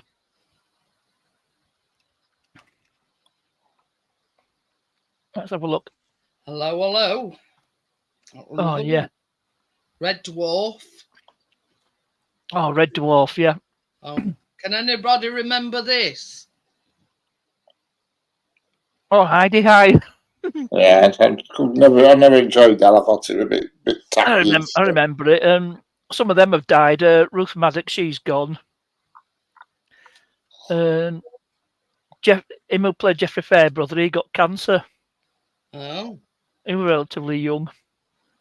And another one I couldn't get into were Blackadder. No, some sketches. Well, I like Blackadder the third. I wasn't so keen on earlier stuff. I mean, Blackadder 2 was okay. But third one, I've got Blackadder the third on DVD somewhere. And it's got one of my favourite episodes on where Prince has got to find a rich bride because he's no money. And he's caught in the sort of daughter of an industrialist who turns out to be a highway robber. Amiability, I think, is the name of the episode. David Kelly played. Oh, Tommy knew. Strumpet City. Oh, I've never even heard of that one. Yeah.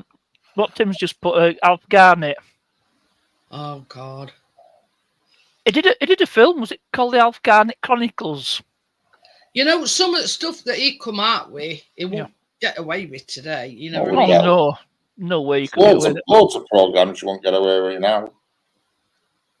But have a look for this. See what this film is. They won't put Rising Damp back on mainstream. The Alf Garnett saga, I think. You won't see Rising Damp on some of the Sky channels. You won't see it on BBC or RTV. Yeah, the Alf Garnett saga. That was the film. Brilliant, Alf Garnett. I mean, Lenny Rossiter in that, he were flipping racist in that. Oh yeah. Can anybody remember this? Mark Mindy. That was a spin-off from Happy Days. That was a Happy Days spin-off. Never did much for me, that. You know, it was just one of them, it was a bit nonsensical. I am Mark from Oak. Nano. Mark, call it Orson. Come in, Orson. He's dead now, though, isn't he? Oh yeah, Robin Williams. He did some good films as well. Dead Poet Society, Good Morning Vietnam.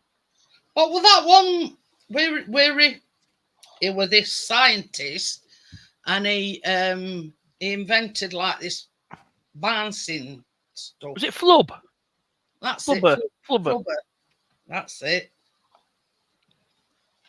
Well, and they were in Jumanji as well. I think Jumanji were one at last films he did. We were in what was it? Night of the Museum as well. Yeah, Walter played Theodore Roosevelt. You were on Force. Yeah, he died. Bloody hell, he died 10 years ago. Is it 10 years? Yeah, it was 10 years since he popped his clogs. It don't seem that long. Yeah, and he took his own life, unfortunately. Yeah, but I mean, what happened was a lot of people didn't know the depression or the level of depression he was suffering. It's unbelievable, isn't it? All that money and everything, you're depressed. Yeah. And, he's a comedian, but I think a lot of comedians do suffer from depression. We got go see it. It's like frigging fun.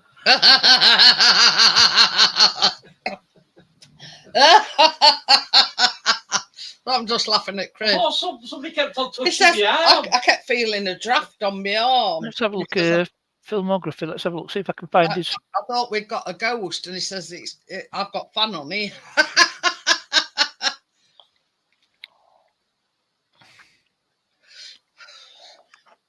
But that's it. It don't matter how much money you've got or what your background is. It was suffering in silence with depression, weren't it? Yeah. Money doesn't mean everything, that's for sure. That's it. It didn't save him, though, did it? No.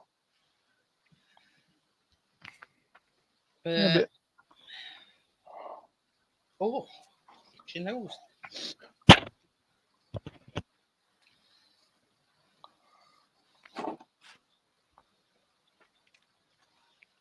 Yeah, God, somebody mentioned it in our thought, Mum.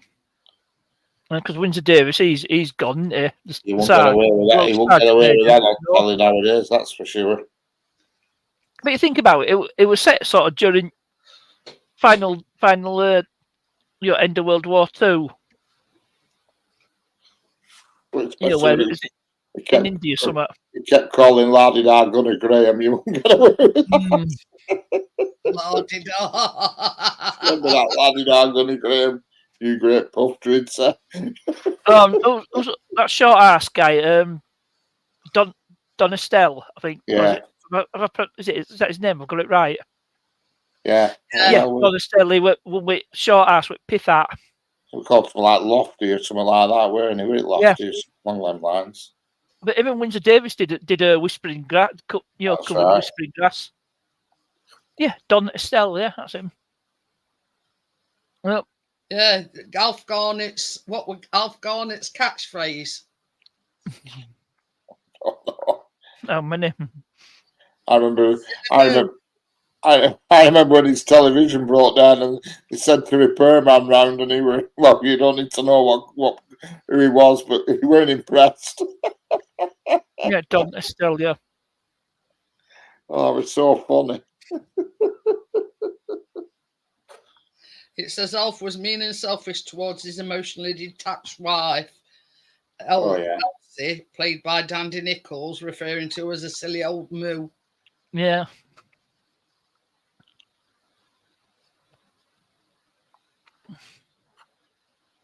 But Who might that be, Gordo? The guy with John Lennon glasses? That could be anyone. I think He's on about accident half up. Don Estelle. I think he's on about Laddie Gunnar Graham. The skinny one with little round glasses on. Well, Don Estelle died 21 years ago. No, he's on about the tall, 2003. skinny one. Oh, That rim.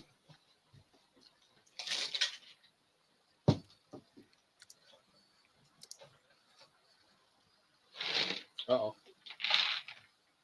The nuts are running low.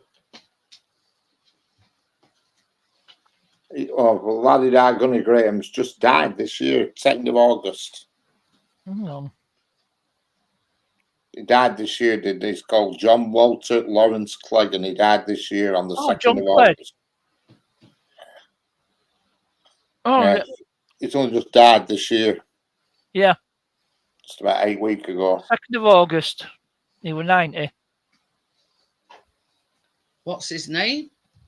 John Clegg.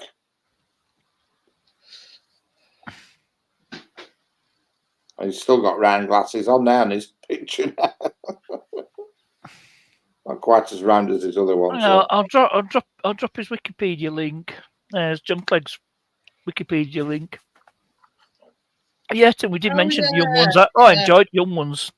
Got them all on DVD. Yeah, that's him, look. Yeah. Yeah. Of course, Rick Mail is no longer with us. I think he died about 10 years ago. See, I've never Gunnar Graham. It's never been out for me as Rick Mail at all. I just never found him funny. He died 10 years ago, did Rick Mail. And he was 90 years old.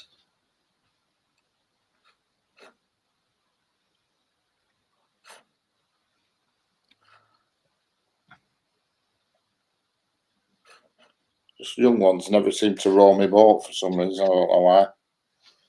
Usually sick stuff like that does. It just didn't seem to hit the chord with me. Hello, Scrappy. Hey, Scrapping Irish, how are you? Do scrapping, lad. Irish.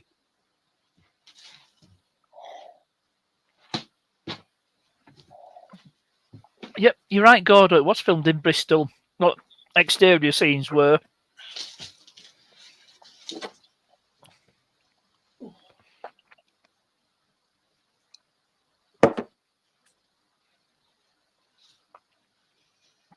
Yeah, I've got Young Ones on DVD. They're the young ones. Oh, Cilla Black. A mate of mine went on blind date. And Cilla Black called him mental. Can't imagine why.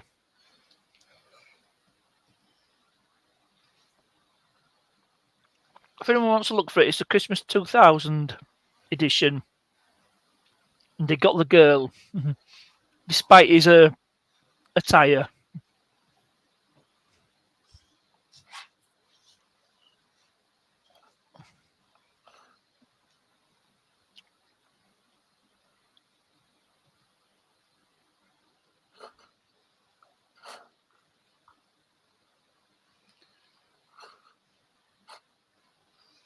But yeah. I used to like that man behaving badly. Martin Clunes, Neil Morrissey, Chris likes Caroline Quentin. Men behaving badly. Oh, brilliant. Absolutely. Debbie Asher, whatever she was called, something like that. That's her, yeah. That's right. She spoiled herself and started having all cosmetic shit. She was Yeah, really the original trial power. and she cocked herself up having all that shit. Until he started beating her up there. Kissing her like kissing a fish. Yeah. Well, this is what I'm saying about people pumping unknown substances in the face and in the butt cheeks and whatever, you know what I mean? You don't know what they're putting in your body. She was pretty enough with that. I know, yeah. But she wanted plumper lips. That was the thing. She wanted plumper lips. Wasn't it Botox? I don't know. Botox, wasn't it? Yeah, Botox was the chemical in question. It went horribly wrong, though, didn't it? Mm. Oh, I'll tell you, a comedy sketch show I liked in the 90s, Newman and Baddiel in Pieces. And that was a spin-off from the Whaley White House Experience. And Punt and Dennis. He's still married to that Lee Chapman, it says it. Oh, married in 1988. And it says she's still married to him, apparently. Here. Baby. Hmm? That Lee Chapman says... Well, they must have got back together again because he was smacking her around, apparently. So it said online. Well, whether that's true or not is a big question, isn't it? Staphylococcus infection, that's what she got. And Hey, Tim, I remember that one. That had one at Likely Lads in it, and it had the guy who played Victor Meldrew, Richard Wilson. I don't believe it. Mm-hmm. He was a doctor. But he's still alive. What's his name? Is it Rodney Bewes, or is he? Yeah. There's I know one of them. One died. Yorkshireman died. he's still alive. Oh no, it's not Rodney Bewes. It's the other one.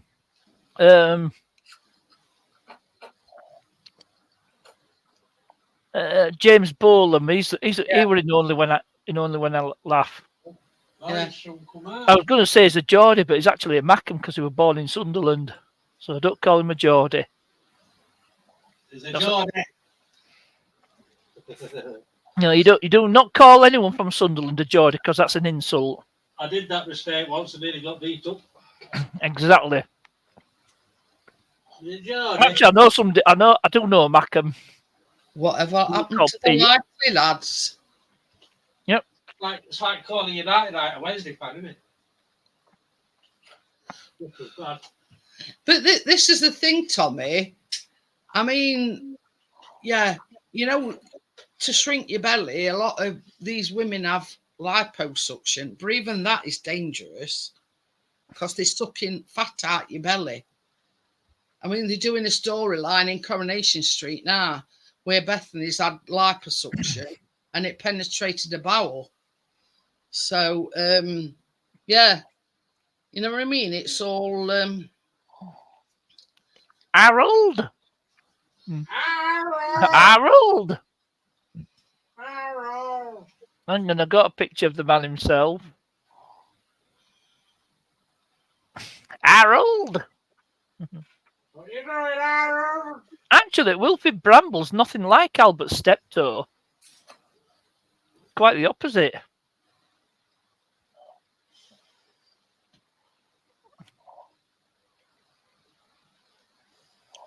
Of course, Harry H. Corbett, he's long dead. I think he dead about 40 years ago. And he wasn't that old.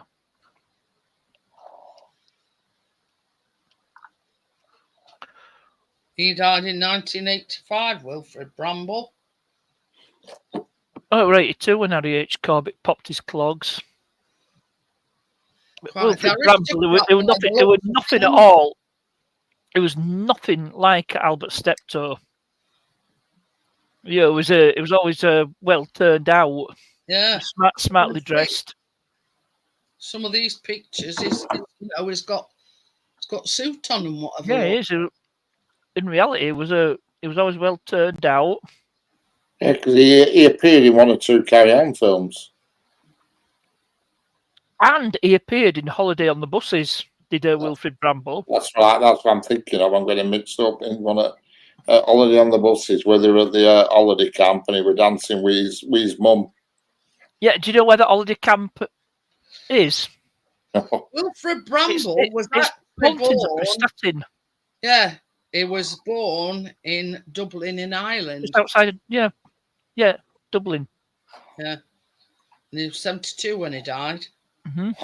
That's when Bill Bernard, he found toilets in bush and says, "Bloody hell, they think of everything here." He went for a piss in bush and he's standing in toilets in bush because he blew fog up.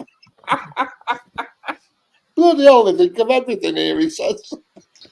Yeah, and Harry H. Corbett died in 1982. Yep. And he was only 57 years old. I think they ended up with a different one. That's when they ended up with a lion on bus on one of them. Yeah, that was the same one, Holiday on the Buses. Same one. Yeah, where it's driving modern bus, because it normally drives like the Route Master type buses, in like a safari park, and he got on bus. Yeah. Monkeys, remember chimps, and they got off a bus, and when they caught up to the bus, they were just chimps. That's his daughter. H. Corbett. Susanna Corbett, his name is. Harry H. Corbett fancied himself as a British Marlon Brando.